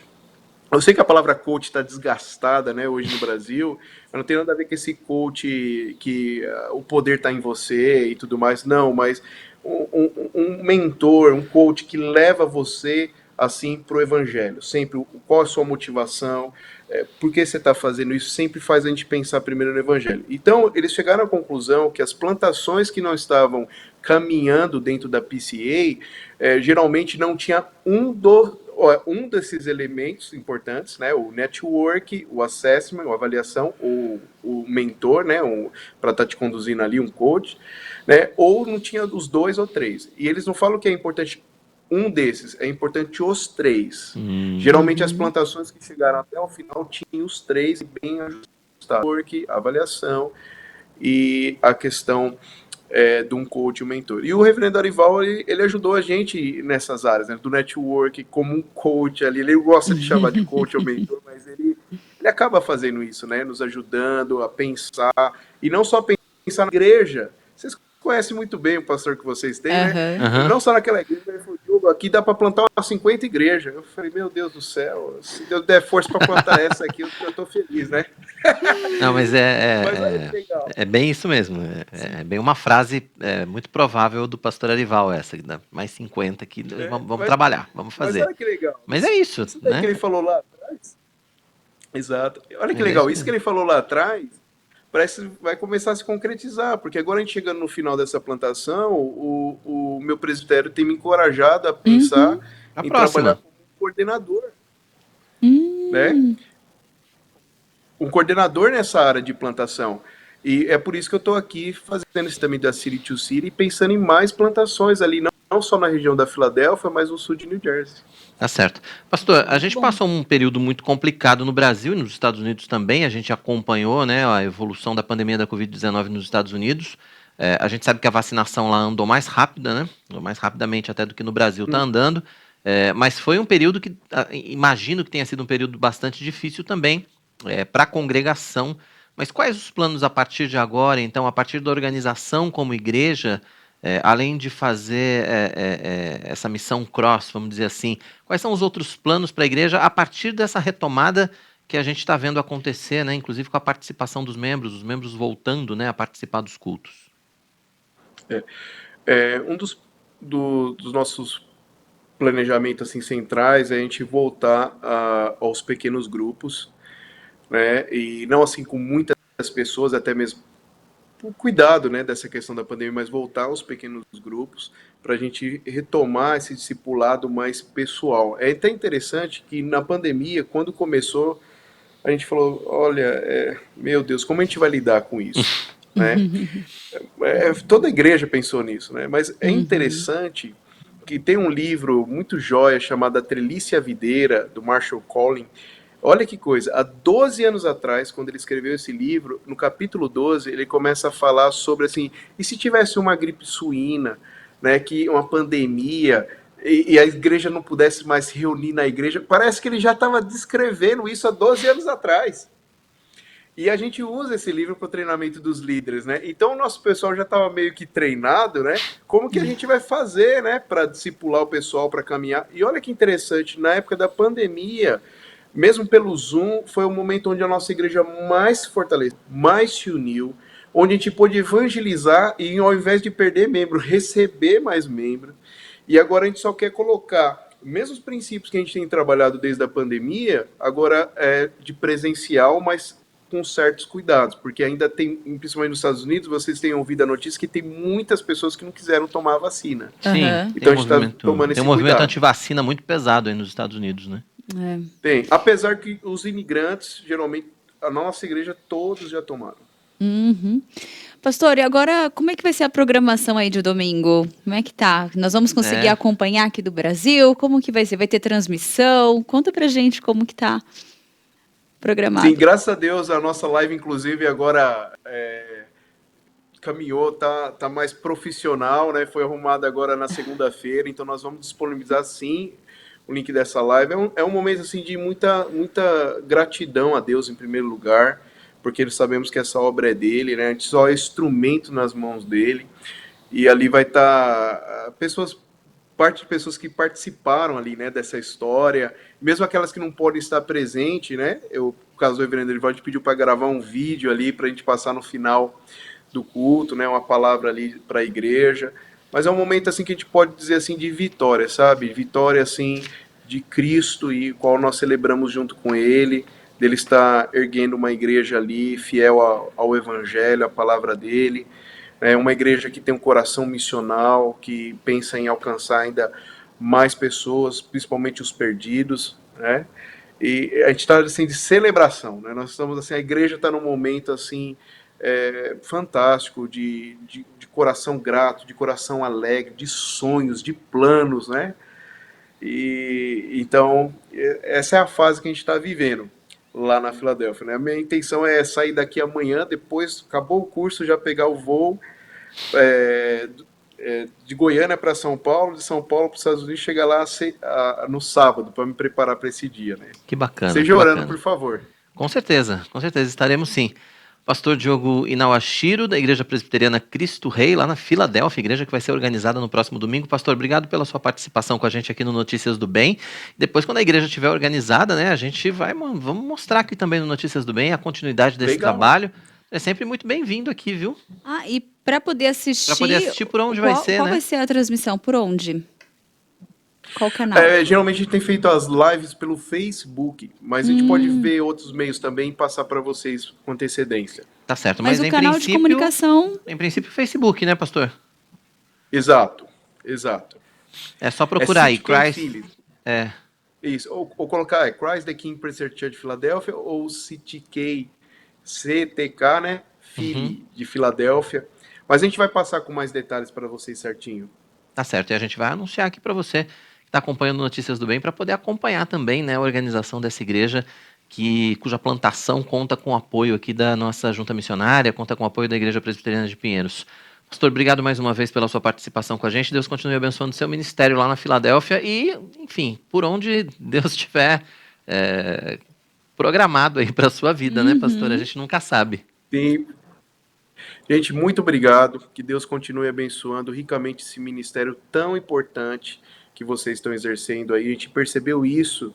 Só essa última coisa que eu ia falar. Mesmo as nossas igrejas lá do nosso presbitério, que nem tinha live e tudo, agora começaram a ter, viram a importância. Então, o trabalho que vocês têm feito é, sem dúvida, em prol do avanço do Evangelho. E nós também estaremos orando por vocês. Que Deus abençoe. Amém. Obrigado, pastor. Aí, pastor Diogo Inauashiro participando com a gente ao vivo aqui no Notícias do Bem. Dá vontade da gente pegar o avião junto e ir lá para Filadélfia acompanhar, mas infelizmente não é possível. Mas vontadinha dá. A gente acompanha pela live. Sim. Pronto. A gente acompanha a distância, né? Gente, olha, o comércio ilegal pode atingir mais de 38 milhões de animais todos os anos, né? Os dados são da Rede Nacional de Combate ao Tráfico desses animais. A boa notícia é que aqui em São Paulo, o Centro de Recuperação já atendeu mais de 200 mil espécies resgatadas. Por conta da grande riqueza ambiental, o Brasil sempre chamou a atenção dos traficantes de animais. Um crime que é sustentado principalmente pelo mercado de colecionadores. O comércio ilegal gera impactos negativos tanto para o meio ambiente como para a saúde da população, uma vez que os animais silvestres podem inclusive ser transmissores de doenças aos humanos. A Lei Federal de Crimes Ambientais caracteriza o conjunto de condutas que compõem o tráfico de fauna silvestre e o trabalho de resgate. Tem sido intensificado pelas polícias ambientais do Estado. Após a recuperação, o processo de reabilitação para que os bichos retornem à natureza não é tão rápido e não há garantia que eles voltem ao seu habitat. Em São Paulo, o Centro de Recuperação de Animais Silvestres recebeu mais de 200 mil animais em 34 anos de existência. O CRAS é um centro de triagem de animais silvestres, que recebe todo animal silvestre que por algum motivo saiu da natureza. O principal motivo ainda é o tráfico de animais. Normalmente, esses animais estão em cativeiro sem autorização e em situações de risco. Esse trabalho conta com a ação da Polícia Ambiental, que já resgatou mais de 14 mil animais silvestres só neste ano. Em alguns momentos, nós também fazemos o resgate quando os animais são encontrados, principalmente nessas ocorrências de tráfico, em situações debilitadas. E os CETAS e o CRAS são aqueles órgãos responsáveis por receber esses animais, realizar o tratamento e fazer com que ele possa ser reintroduzido à natureza. O trabalho de reabilitação tem como propósito acolher, cuidar e reabilitar cada animal. Todo o processo de reabilitação é feito, correção nutricional, tratamento, vida em grupo. Então todo um trabalho que pode demorar de semanas até anos é feito para que esses animais voltem para a natureza.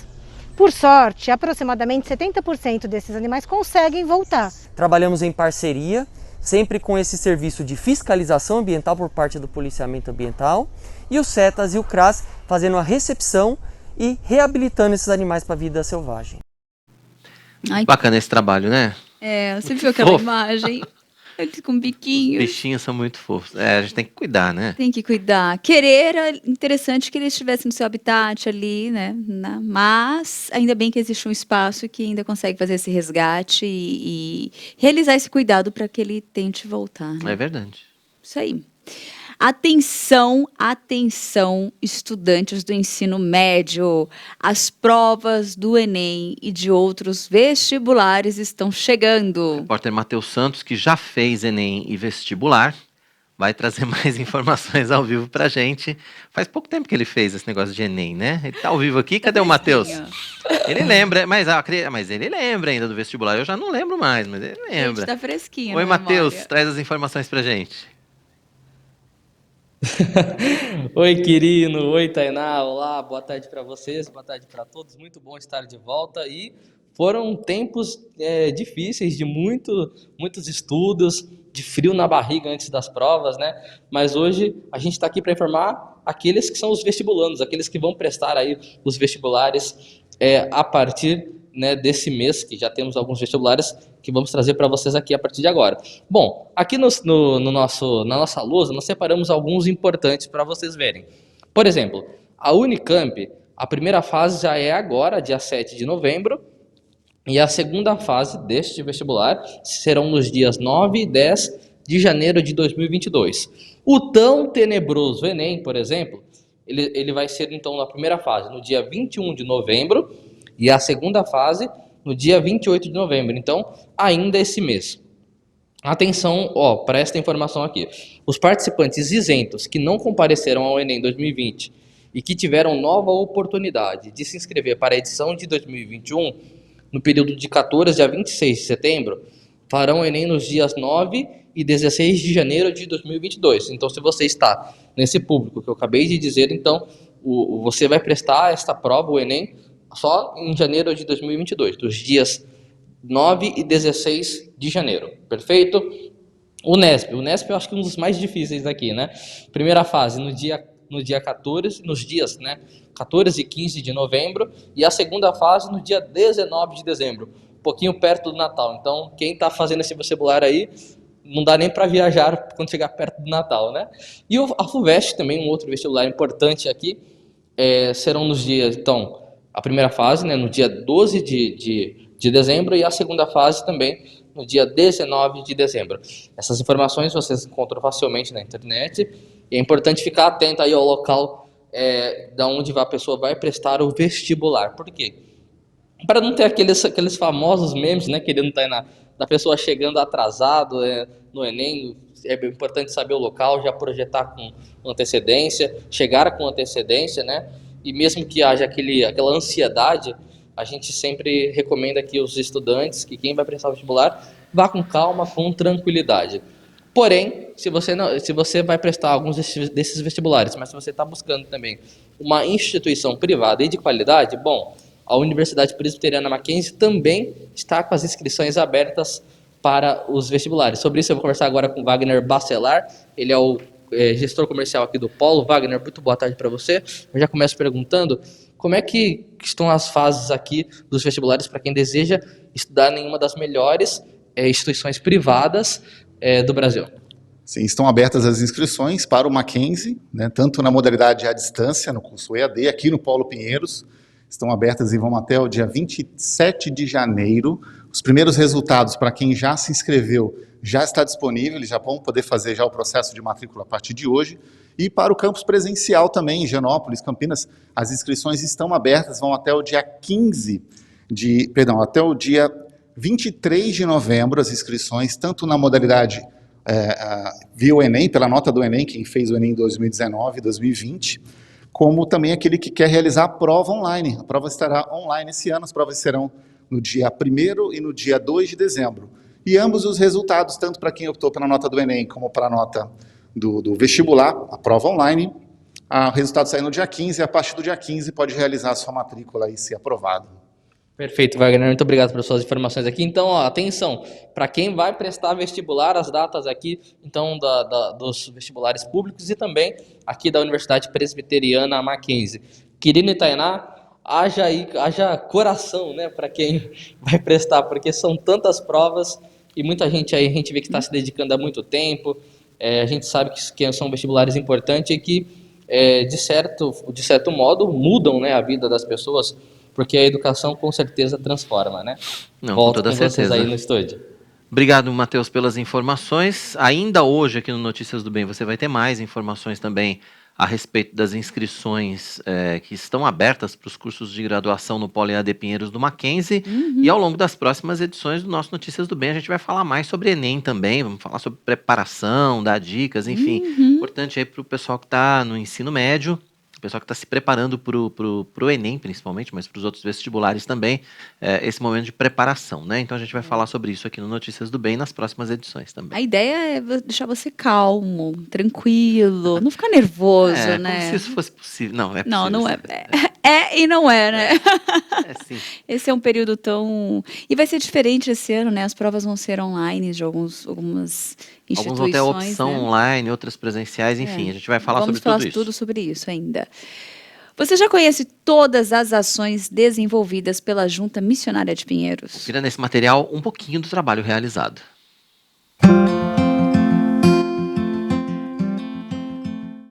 A Junta Missionária de Pinheiros foi criada em 2008 e é a responsável pelo desenvolvimento das atividades de missão da Igreja Presbiteriana de Pinheiros. São 18 congregações próprias no estado de São Paulo e 46 parcerias de plantação e revitalização de igrejas, além de 15 projetos transculturais em mais de 10 países. Através do trabalho da Junta, muitos templos já foram construídos e entregues, Brasil afora. Entre os mais recentes estão o do distrito de Cachoeirinha, em Wagner, na Bahia, e nos municípios de Miguelópolis e Olímpia, no interior paulista. E em agosto deste ano, a JMP lançou o projeto 105, que vai organizar 100 novas igrejas presbiterianas no país a partir de congregações já existentes. Entre os outros projetos desenvolvidos e apoiados pela JMP estão o JMP Kids, Projeto Wapixana, Projeto Rumo ao Sertão e Projeto Amanagé.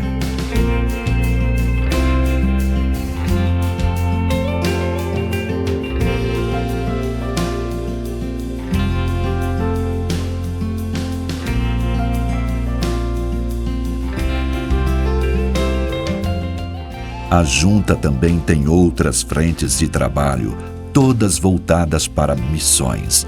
Na área de educação, mantém o EAD Pinheiros, com mais de 20 cursos online para capacitação de irmãos que querem levar a palavra. Em parceria com a Universidade Presbiteriana Mackenzie, implantou neste ano seu polo de educação à distância, oferecendo cursos de graduação e pós-graduação online e renda revertida para a obra missionária. A editora Hebron é outro braço da JMP, criada para propagar o estudo e o ensino da Palavra de Deus através de livros e cursos. Tem 2 pilares principais: incentivar a leitura cristã e arrecadar recursos para a obra missionária. A comunicação também faz parte da Junta Missionária de Pinheiros. A IPP-TV, que hoje tem quase 1 milhão de inscritos no seu canal, propaga a Palavra de Deus através de transmissão ao vivo de cultos e eventos. Além disso, tem 24 horas de programação com conteúdo cristão reformado e produtos que incluem jornalismo, entretenimento, esporte e muito mais. Seja nosso parceiro em missões, ore, contribua e participe dos projetos, eventos e avanços missionários promovidos pela Junta Missionária de Pinheiros.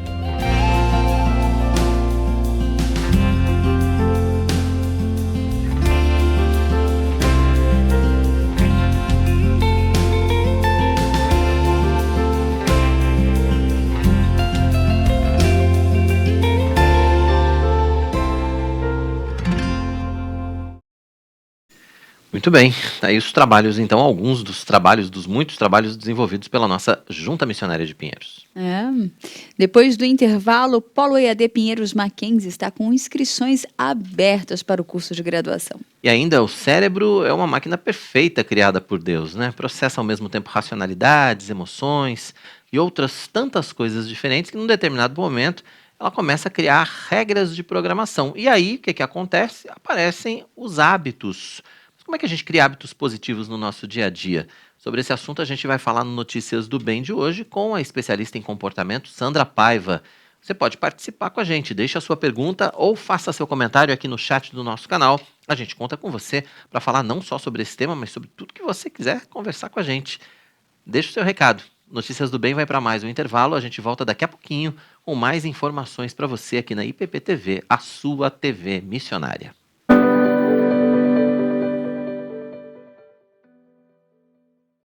Mais de 800 mil pessoas já estão no canal do YouTube da Igreja Presbiteriana de Pinheiros. Nosso alvo é atingir 1 milhão de inscritos compartilhando conteúdo teológico reformado neste grande campo missionário que é a internet. Se você ainda não faz parte, faça sua inscrição agora mesmo. Clique no ícone inscrever-se e ative o sininho para receber as nossas notificações. IPP TV, conteúdo cristão de qualidade 24 horas na internet. Todas as tardes, você é nosso convidado especial da nossa roda de conversa. Conversa da Tarde no ar, sejam muito bem-vindos a mais um programa. Temas do dia a dia debatidos à luz da Bíblia de forma leve e descontraída. Aqui não tem conversa fiada, mas tem teologia, dicas práticas e música boa. Entre nesse grupo. É logo após o Notícias do Bem, o nosso encontro aqui no Conversa da Tarde. Eu conto com a sua participação, sua interação no chat para a nossa conversa ficar mais legal, mais animada, tá bom? Conversa da Tarde, de segunda a sexta, 1h30 da tarde, aqui na IPP TV, a sua TV missionária. De 13 a 15 de novembro, a Igreja Presbiteriana de Pinheiros e o Ministério Impacto convidam você para a Conferência Jovem Impacto 2021. Pecados Intocáveis, o Evangelho como instrumento para vencermos pecados toleráveis. Arival Dias Casimiro, Alexandre Sacha, Hernandes Dias Lopes, Chun Chung, Emílio Garófalo, Leandro Lima e Banda Projeto Sola já estão confirmados.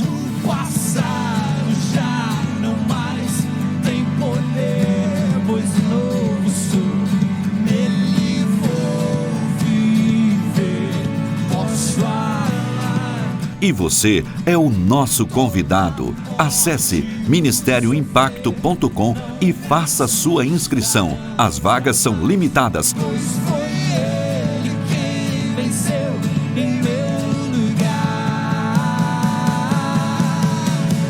Conferência Jovem Impacto 2021. A Igreja Presbiteriana de Pinheiros já está no Kawai. Baixe o aplicativo, busque por IP Pinheiros e acompanhe os nossos conteúdos exclusivos nesse novo canal. E não deixe de curtir e compartilhar nossos vídeos. Continuamos com a Palavra de Deus em todas as plataformas, nos mais diferentes formatos, para abençoar você. IP Pinheiros no Kawai. Divulgue essa novidade.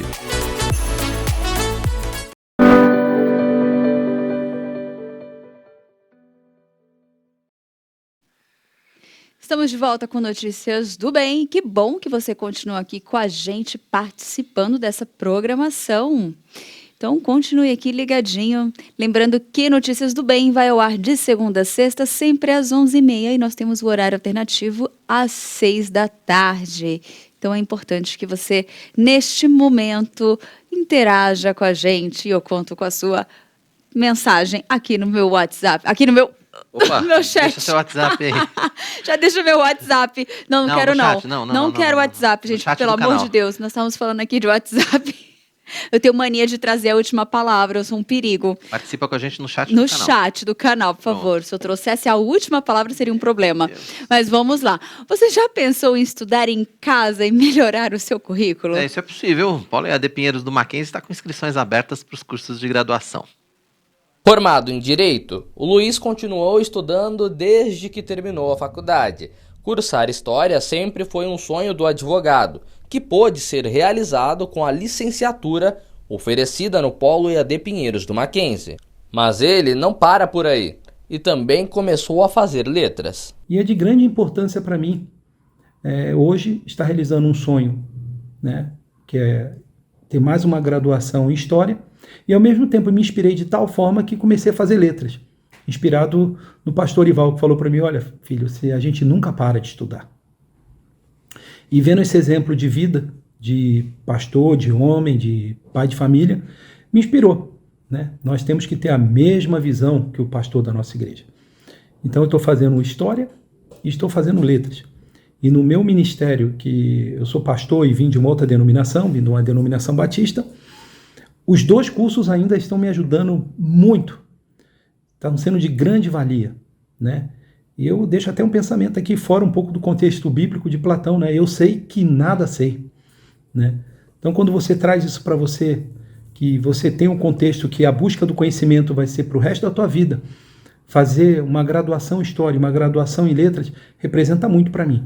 História porque eu estou aprendendo a estudar a Bíblia até de uma visão histórica, de um historiador. E de Letras porque aprofundar o conhecimento da língua, como Olavo Bilac falava, né? A nossa língua é a nossa pátria, é a nossa cidadania. E nós devemos ter orgulho da língua portuguesa. Então, fica aí a dica. EAD Pinheiros, né? Um polo maravilhoso, estruturado em todos os aspectos. Na área de humanas, pelo atendimento que eles nos dão, o Wagner, e também pela estrutura tecnológica. Se você precisar de computador, precisar de sala, precisar de um ambiente para você estudar, está lá disposto, né? Disponível para você acessar. As matrículas no Polo estão abertas para 13 cursos de graduação nas áreas de licenciatura e tecnologia. Cursos na modalidade à distância, o Mackenzie ele oferece cursos de licenciatura e cursos de tecnologia. De tecnologia, nós temos aí nas áreas de gestão, temos empreendedorismo, temos tecnologia e análise e desenvolvimento de sistema, logística, gestão financeira, gestão comercial, uma série de cursos aí oferecidos para o mercado de trabalho. E também tem cursos de licenciatura, são 5 cursos de licenciatura, letras, matemática, história, pedagogia, filosofia, né, para aquele que quer ser um professor e lecionar. A seleção vai ser pelas notas do Enem de 2019 e 2020 para estudantes com desempenho maior que 400 pontos em todas as áreas de conhecimento ou pela modalidade de avaliação. As inscrições vão até o final de janeiro do ano que vem. Mesmo assim, é importante que os candidatos se inscrevam com antecedência para garantir a vaga, já que elas são limitadas. É importante fazer a inscrição quanto antes, que você já garante a sua vaga, né? Você já passa a ter acesso às plataformas, você já passa a poder informar que você é um aluno do Mackenzie, é um mackenzista, isso já vai abrindo portas do mercado de trabalho. O espaço conta com salas de aula e de estudos, laboratório de informática e atendimento ao aluno, além de capelania universitária. Recentemente, a unidade lançou o seu próprio site, o polopinheirosmackenzie.com.br, onde são disponibilizadas todas as informações e a relação completa dos cursos de graduação e especialização. Quem se torna aluno ainda colabora com os projetos sociais e evangelísticos da Junta Missionária de Pinheiros. O Polo Pinheiros, ele é um polo missionário. É uma parceria do Instituto Presbiteriano Mackenzie com a Junta Missionária de Pinheiros. Então, cada aluno, seja dos nossos cursos tecnológicos, graduação, pós-graduação, na sua mensalidade, ele vai estar contribuindo para missões. Uma boa educação, com tradição, qualidade, com a marca Mackenzie, mas também vai estar contribuindo com as obras missionárias da Junta Missionária de Pinheiros. Para essa especialista em recursos humanos, Uma boa formação é um diferencial no mercado de trabalho. É importante ressaltar, principalmente no mundo que a gente vive hoje, que a formação, seja ela uma especialização, uma pós-graduação, uma graduação, um MBA, tem uma importância altíssima no mercado de trabalho. Cada vez mais as pessoas valorizam a ideia de uma execução, de uma prática diária, e que isso efetivamente é o que consolida um bom profissional e uma boa experiência. Essa frase, de maneira geral, ela não é uma mentira.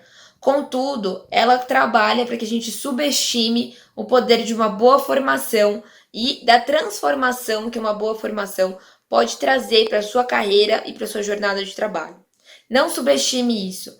Cada vez mais em áreas estratégicas, corporativas e de grande valor para as empresas, a gente busca profissionais bem formados, com um respaldo teórico e crítico, normalmente de uma boa universidade, de um bom curso, de um curso renomado, são diferenciais para a gente fechar uma vaga. Então, não subestime o poder que uma boa formação pode trazer para a sua carreira, mas não só para a sua carreira, principalmente para o seu desenvolvimento humano, para que cada vez mais seu pensamento crítico, seu questionamento, o seu incômodo com o status quo seja cada vez mais presente no seu dia a dia. Com certeza vale muito a pena você fazer a sua inscrição e começar a fazer a sua graduação aí no Polo EAD Pinheiros do Mackenzie. Isso aí. Hoje é dia da nossa coluna de Ciência e Tecnologia com o especialista em TI, Will Young. Tema polêmico. Ele vai falar sobre o que existe por trás da indústria do fake news. Se prepare aí.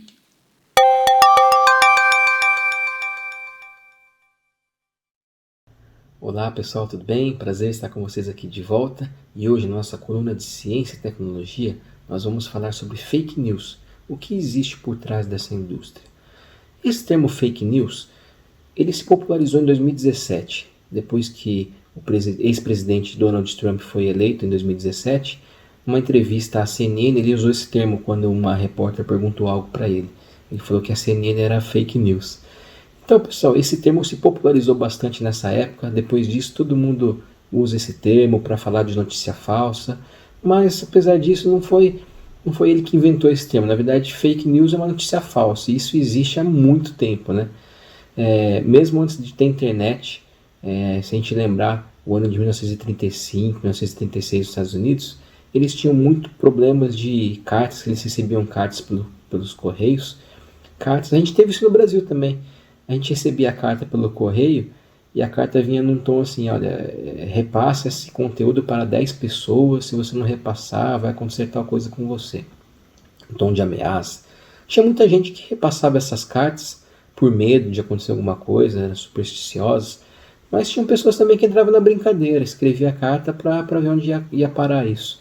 Então esse problema foi um problema sério que o Departamento de Correios dos Estados Unidos teve que intervir para acabar com isso. E pessoal, depois que a gente sabe que a tecnologia tem ajudado a propagar notícia falsa, né? Depois, quando surgiu a internet, começaram os e-mails, a gente tinha muita corrente de e-mail, né? A gente recebia, até hoje, né? A gente recebe muita mensagem falsa, mensagem de corrente. Era mais do passado, hoje a gente tem mais os comunicadores, o WhatsApp, etc. Deixou um pouco a corrente de e-mail. Mas quem não se lembra, né, pessoal? A gente tinha corrente de e-mail, a gente recebia e-mails falando que a AOL, América Online, ia pagar $0,01, por exemplo, para cada mensagem que fosse repassada para um e-mail. Essas mensagens vinham com pedidos de ajuda de pessoas com doença, pessoas que precisavam fazer cirurgias, e dizia que a AOL iria pagar um valor para cada mensagem enviada. E lógico, era tudo mentira, né? A AOL nunca fez isso. E essas correntes de e-mail foram evoluindo e hoje a gente continua com isso. Muda a tecnologia, não é mais por e-mail, mas a gente recebe muita mensagem falsa por WhatsApp, pelas nossas redes sociais principalmente. E pessoal, o que tem por trás das fake news?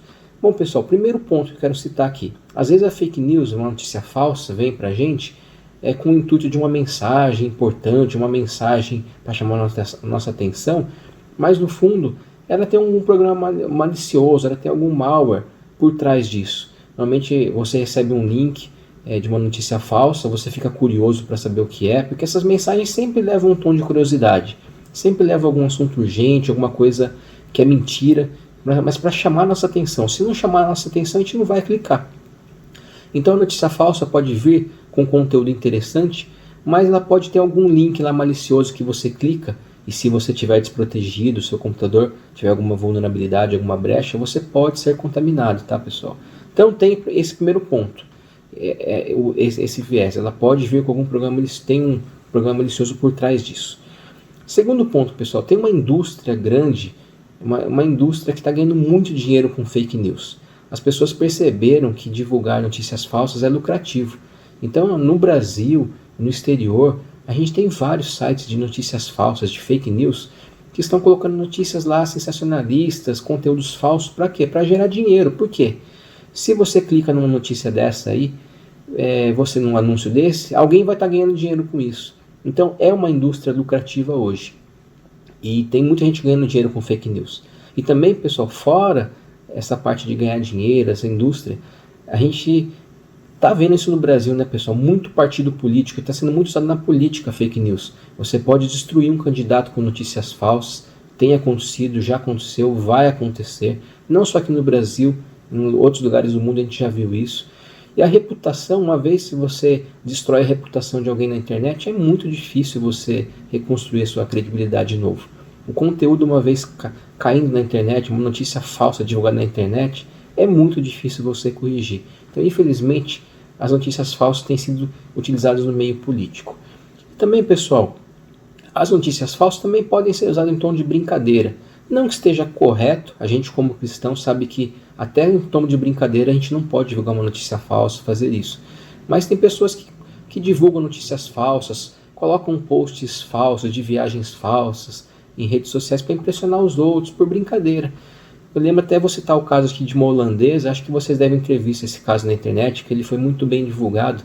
Tem uma holandesa que chamava Zila, ela divulgou uma viagem falsa, uma suposta viagem à Tailândia, ela morava na Holanda, ela colocou no Instagram dela uma viagem de 30 dias para a Tailândia, e ela enganou até a família dela. Ela fazia montagens, né? Ela fez montagem na piscina, colocou alguns peixes, ela pedia comida tailandesa, ela fingia que estava comendo comida tailandesa e ela estava na casa dela. Ela forjou tudo. O intuito dela, muita gente ficou brava com ela, até a mãe dela ficou brava com ela. Ela disse que o intuito da brincadeira foi para alertar as pessoas, que as pessoas podem ser enganadas. E ela disse que isso foi feito por causa de um trabalho da faculdade dela. Bom, pessoal, esse exemplo é bom para a gente saber que tem muita gente que coloca coisa falsa em perfil, a gente fica lá consumindo conteúdo falso, dando engajamento para as pessoas. Isso tem alimentado uma indústria de fake news. E pessoal, agora eu vou falar rapidamente como que a gente pode se prevenir das fake news. Bom, pessoal, não tem uma receita mágica, a gente tem que ser atento. Quando a gente recebe uma notícia falsa, a gente tem que fazer o que a gente pode fazer, é conferir. A gente tem que ser criterioso com o que a gente recebe. Lá em Atos 17:11, fala na Bíblia que os crentes da Bereia, eles eram mais nobres que os de Tessalônica. Por quê? Porque eles conferiam o que era exposto na pregação da Bíblia, eles conferiam em casa na Bíblia. A gente tem que fazer o mesmo que eles na nossa vida secular. A gente recebe algum conteúdo por WhatsApp, por e-mail, a gente tem que conferir antes de repassar. Não é certo você passar um conteúdo que você não conhece, que você não sabe se é legítimo. Você pode ser julgado por isso, penalizado por isso na lei. E você não pode, quando você recebe uma notícia que é falsa e você repassa esse conteúdo, você pode ser responsabilizado por isso. Então, quando você receber um conteúdo, sempre confira. Por que acontece muito de receber notícia falsa? O pessoal recebe no WhatsApp, o pessoal alega, eu recebi isso de um amigo meu que é confiável, eu confio no meu amigo, então eu recebi, eu achei que era verdade e passei. Aí o que acontece? Outra pessoa que recebeu a sua mensagem pode pensar o mesmo, olha, o William me mandou, eu confio nele, ele é um cara que conhece, então eu recebi, eu vou repassar. Confiança, mas assim, você não pode confiar em ninguém, nem na sua família, em ninguém. Você tem que fazer o seu papel de conferir a notícia antes de enviar. Existem sites na internet, por exemplo, tem um famoso, chama Boatos na internet. Se você clicar no Google lá, você vai ver quase todas essas notícias interessantes, diferentes que acontecem, que você às vezes desconfia se é verdade ou não. Lá no site do Boatos sempre tem um caso desse mostrando se é ou não. Existem outros sites de agências que conferem notícias. A gente tem o Google, a gente tem a internet para pesquisar. Então quando você receber uma notícia dessa, pessoal, Sempre procure na internet para ver se é verdadeiro ou não antes de repassar. E pessoal, pedido de ajuda tem muitos também, pelo WhatsApp, por e-mail, dizendo assim que clica aqui para ajudar. Nunca clique num link, nunca faça transferência de dinheiro para uma conta, para uma notícia que você recebeu. Confira antes para saber mesmo se essa pessoa está passando necessidade, se esse caso é real na cidade. É tão fácil, pela internet a gente consegue descobrir tanta coisa, achar amigos. É fácil verificar uma notícia dessa. Então não transfira dinheiro para uma conta que vem com uma mensagem no seu celular, tá bom, pessoal? Se você for ajudar alguém, a igreja é um lugar ideal para isso. A gente tem várias campanhas de cesta básica na nossa igreja. Tem vários canais para você pode fazer doações, amigos seus. Não que você não possa doar para uma pessoa um pedido na internet, mas você tem que ser criterioso quando vem uma mensagem desse tipo, tá bom, pessoal? Bom, pessoal, o assunto da semana foi esse. Espero que vocês tenham gostado. Fiquem atentos, não caiam fake news e principalmente não propaguem fake news, tá bom, pessoal? Espero que vocês tenham uma semana abençoada e até a próxima semana. Até mais. Obrigado mais uma vez ao William, sempre participando com a gente aqui, né, na coluna de Ciência e Tecnologia, dando dicas importantes aí para o nosso dia a dia. Afinal de contas, a gente recebe um monte de coisa, né? Tem que ter cuidado. Exatamente, a gente tem que ficar atento a isso. E é o que ele falou, uma coisa bem importante, né? Não propagar. E como não propagar? Verifique, né? Checa, né? Não custa nada. Já tá com o celular em mãos, já vai no Google, joga, vê a veracidade. Ainda mais as coisas mais bombásticas, dá para jogar no Google e verificar se aquilo é real ou não antes de sair enviando. Com certeza. A gente já envia com o coração pesado, né? Já tipo, vou mandar tá para uns 10. E não é real. E não né? é, Depois não a gente fica com uma vergonhinha, né? Tem que... porque a gente acaba propagando algo que pode prejudicar, inclusive, né, a vida de outras pessoas. Enfim. Tem que checar, tem que estar atento. Se for informação verdadeira, claro, compartilhe. Agora, se não for, né, por que compartilhar uma coisa que não é verdade? Não faz nenhum sentido. Exatamente. Agora vamos compartilhar uma verdade. Vamos. O Tiago Henrique traz um recado especial para a gente, direto da Editora Hebron. Por que juntar tesouros fugazes na terra, quando Deus nos oferece tesouros melhores e eternos no céu? Interrompa agora a sua programação para falar de algo do seu interesse: dinheiro, bens e eternidade. Quer saber do que eu estou falando? Estou falando do livro da Editora Hebron, em parceria com a Thomas Nelson Brasil. Ficou interessado?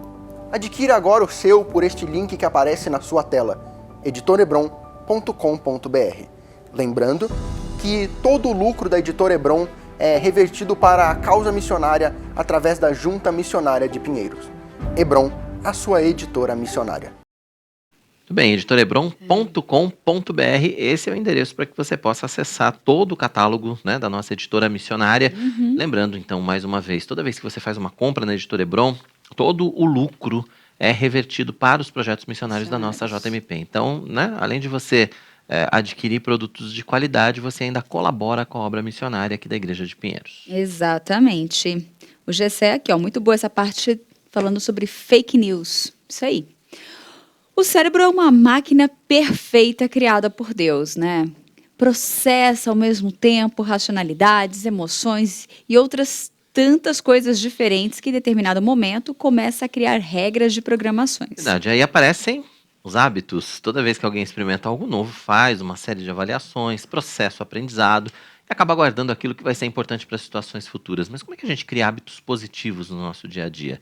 Para falar sobre esse assunto, nós estamos recebendo a especialista em comportamento, Sandra Paiva, ao vivo aqui no nosso Notícias do Bem. Sandra, seja muito bem-vinda. É um prazer imenso receber você para esse bate-papo aqui. Olá, obrigada pelo convite mais uma vez.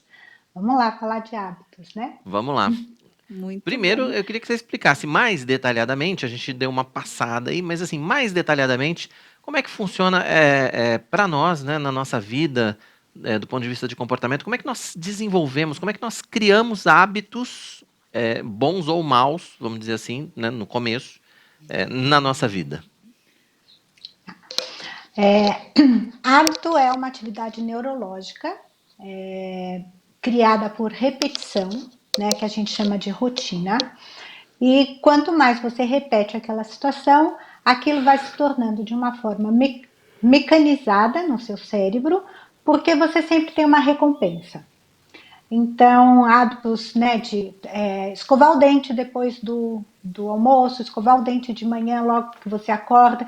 Você vai formando alguns gatilhos, porque mostraram para você isso ao longo da vida, que acorda e escova o dente.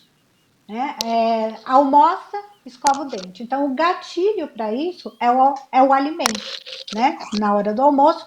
E o despertar, você sabe que você tem que escovar o seu dente. E isso vai se tornando de uma forma automatizada.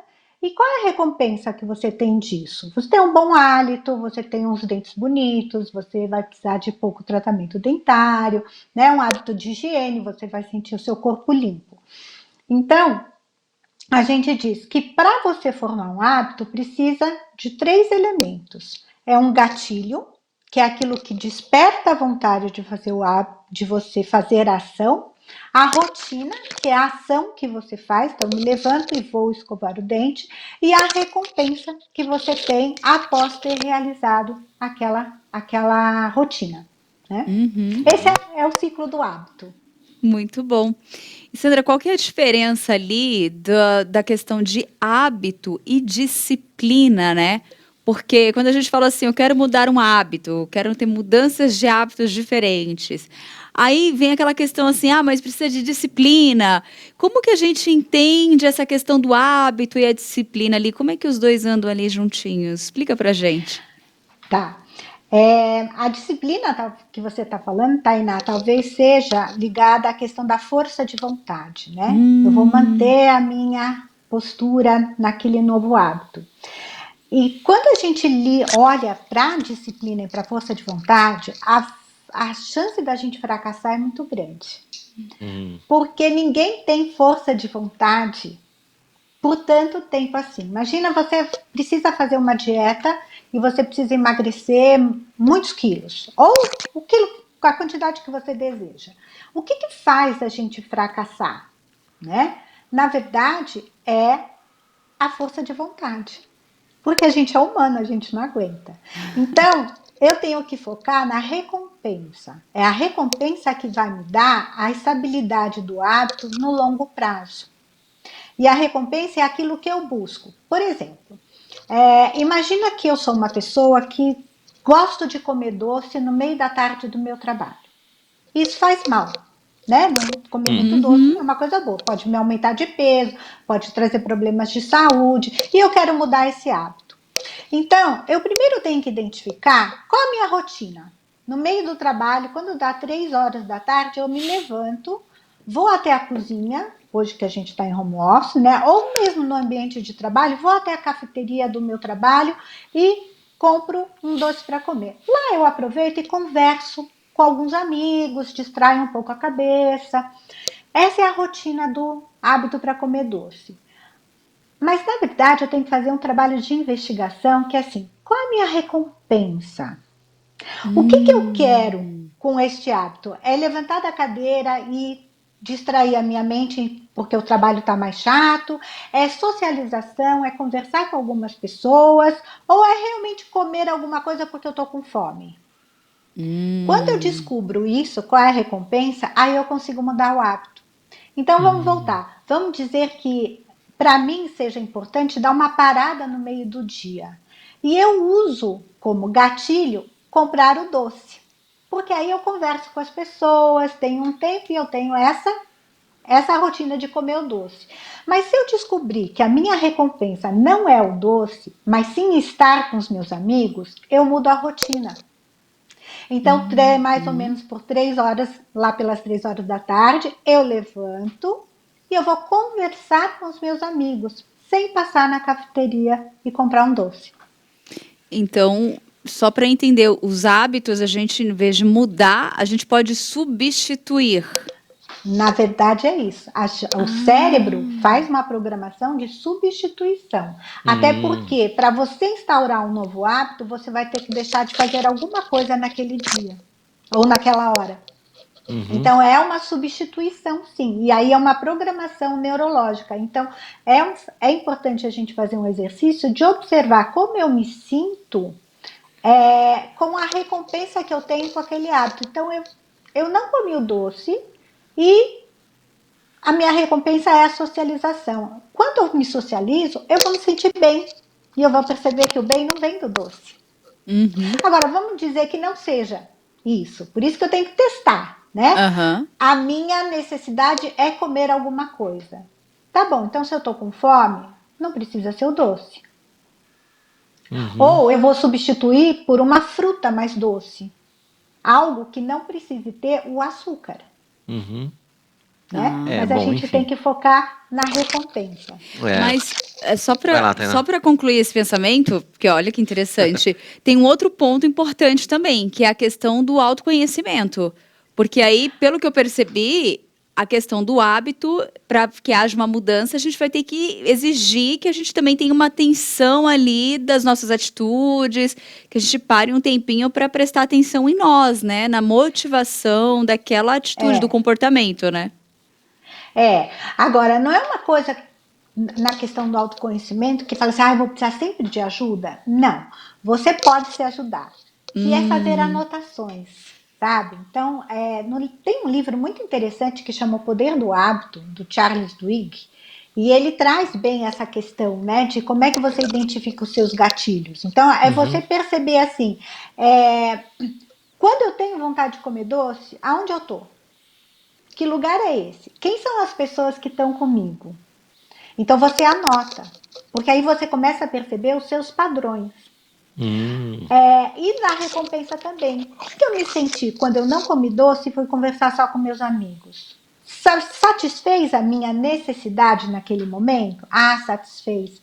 Então eu vou anotar. Para eu poder começar a identificar qual é o meu padrão, que pode ser diferente de outras pessoas. Né? E isso quebra um paradigma da que a gente fala assim, eu não tenho força de vontade, não tenho disciplina, né? Gente, ninguém tem. Só disciplina e só força de vontade não é o que sustenta a gente. Pensa num Já anima atleta, ouvir isso. Já anima. Pensa num atleta que acorda às 5 horas da manhã, todo dia, faça sol, faça chuva, né? E tem a disciplina de levantar, se alimentar e treinar até às 7 horas da manhã. Fala assim, nossa, ele tem muita força de vontade. Não, ele descobriu qual é a recompensa, que é ganhar uma medalha na Olimpíada. É essa a satisfação dele. Então, quando você estabelece isso, fica mais fácil para você. Você sabe por que você está brigando, né? E pelo quê. É verdade. E estabelecer metas exequíveis, né? Voltando no caso da dieta, então eu quero ler mais. Então eu tenho uma vontade, o meu gatilho é o desejo de aprender, de ganhar cultura, de conhecer outros assuntos. Tá. Qual é o gatilho que vai me dar isso? É o desejo, eu tenho um desejo de aprender. Ok. Agora, qual é a recompensa de aprender? O que eu vou ganhar com isso? Como é que eu vou me sentir? Né? E estabelecer, por exemplo, eu quero ler um livro por mês. Tá bom. Então, divide a sua rotina de leitura em pequenas metas. Eu vou ler, já que eu não sou uma pessoa que está acostumada a ler, eu vou ler 10 páginas por dia. E eu marco. Acabou? Acabou. Eu cumpri a minha rotina de ler 10 páginas por dia. O livro tem quantas páginas? 200 páginas. Eu vou ver quantas páginas eu leio por minuto. Então, eu vou ler 15 minutos por dia. Então, é o gatilho, a rotina da leitura e a recompensa de ter feito aquilo que você gostaria de ter feito. Boa. Sandra, mito ou verdade? É mais fácil a gente adquirir bons hábitos ou maus hábitos? Dizem que são os maus, né?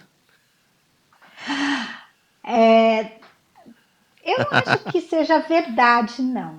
Eu acho que isso às vezes é um mito. Que muitas vezes a gente quer a recompensa imediata. Né? Então, pensa numa pessoa que fuma. Todo mundo que fuma, ou que bebe além da conta, né? Ou que dorme demais, ela sabe que aquilo não é um bom hábito. E pela racionalidade do cérebro, eu não vou querer criar algo que seja ruim para a minha saúde. Né?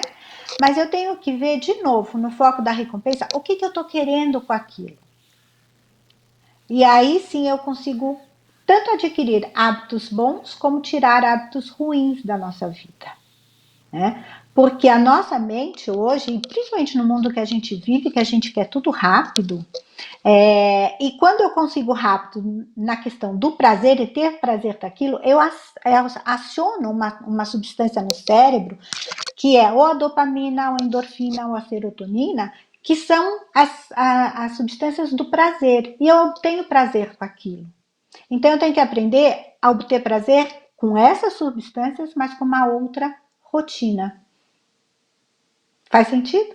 Faz sentido, faz todo sentido. Na verdade, tem muitos mitos, né, relacionados a essa questão de como adquirir hábitos e como mantê-los, na verdade, né, Sandra? Tem muita coisa, se ensina muita coisa errada com relação a isso, infelizmente, né? Se ensina, né? E é muito, muito difícil quando a gente fala assim, eu queria tanto mudar esse hábito, e alguém vira pra gente e fala assim, você não tem força de vontade, você não tem disciplina. Você é velho né? demais para isso. Você é velho demais para isso. Já fiz isso. Ou então, às vezes né? a gente mesmo tem essa impressão, né? Não, eu fiz isso desse jeito a vida inteira, vou mudar agora? Né? E às vezes a gente. É outro problema também, né, Sandra? E a gente fala assim, isso é um hábito da minha família. Tá bom, pode ser, mas isso é bom para a sua vida? Nossa, não, pode continuar, Sandra. Não, é isso. Eu tenho que questionar se aquilo que eu trago da minha história é bom para minha vida, faz bem para mim, né? E aí sim eu posso trabalhar para mudar um hábito. É fácil? Não é fácil. Não é fácil mesmo. Mas é possível, né? E não é de uma hora para outra. Um hábito novo você não vai mudar. Por exemplo, hoje eu resolvi que eu vou ter um hábito de alimentação mais saudável. Então amanhã eu sou uma pessoa saudável. Não. Amanhã, até você eliminar todas as toxinas do seu corpo, até o seu organismo aprender aquele tipo de alimento, isso leva um tempo. Por isso que a gente pode dividir as mudanças em fases e não mudar tudo de uma vez. Né? Então eu vou tirar o açúcar. Eu vou tirar o açúcar da minha alimentação, mas eu não estou pronta para tirar a fritura. Ou não estou pronta para tirar o doce. O doce não, porque eu vou tirar o açúcar, né? Mas assim, eu vou tirar o carboidrato. Eu posso substituir o carboidrato. Então, essas coisas têm que ser devagar, porque senão a nossa mente não vai ter disciplina e força de vontade, porque a sua recompensa não vai ser suficiente. E aí você vai abandonar o hábito. Tá certo. Ótimas dicas. Sandra, deixa seus contatos para quem quiser saber mais, né, a respeito do seu trabalho, enfim, a respeito das dicas sobre comportamento também. Tá bom. Eu escrevo bastante sobre comportamento no Instagram, @SandraCarusoPaiva. E meu e-mail é sandracarusopaiva@gmail.com. Se você quiser mandar um e-mail ou falar pelo Instagram, é uma coisa fácil. Tá certo. Sandra, obrigado pela sua participação com a gente aqui no Notícias do Bem. Passa rápido aqui, porque aqui é rapidinho. Mas foi ótimo ter você aqui falando sobre comportamento, viu? Lembrando Obrigado. que a Sandra Caruso, ela é colunista, né? Do Manhã IPP. Então, ela toda manhã tem participação ali, juntamente com, né, no programa ali com a Lídia Dica. Eu sempre com dicas também preciosíssimas. Outro canal para que você possa conhecer mais a respeito de comportamento. Sandra, obrigado então mais uma vez pela sua participação. Obrigada a vocês, um abraço. Volte sempre. Sucesso no programa. Obrigado, Sandra. Um abraço para você. Sandra Paiva, especialista em comportamento, participando com a gente aqui no nosso Notícias do Bem, que está chegando ao fim. Nós ficamos por aqui, gente. Nosso encontro é de segunda a sexta, sempre às 11h30 da manhã, com horário alternativo às 6 da tarde. Você pode ver e rever Notícias do Bem e todos os programas da IPP TV quando e onde quiser no canal IPP Play. Muito fácil, né? Acesse youtube.com/IPPplay, faça a sua inscrição, ative o sininho, receba as notificações, compartilhe com a sua família e com seus amigos. O IPP Play é o primeiro canal de streaming cristão reformado gratuito 24 horas por dia na internet. Você está acompanhando com a gente aqui a edição ao vivo das 11h30 da manhã. Você vai ficar agora com o Marcos Melo e os seus convidados especiais no Conversa da Tarde. Se você está acompanhando a reprise, né? Se você está acompanhando o nosso horário alternativo das 18 horas, a partir de agora você fica com o culto à grande comissão. A gente se vê amanhã, se Deus quiser, a partir das 11h30 da manhã. É isso aí. Tchau.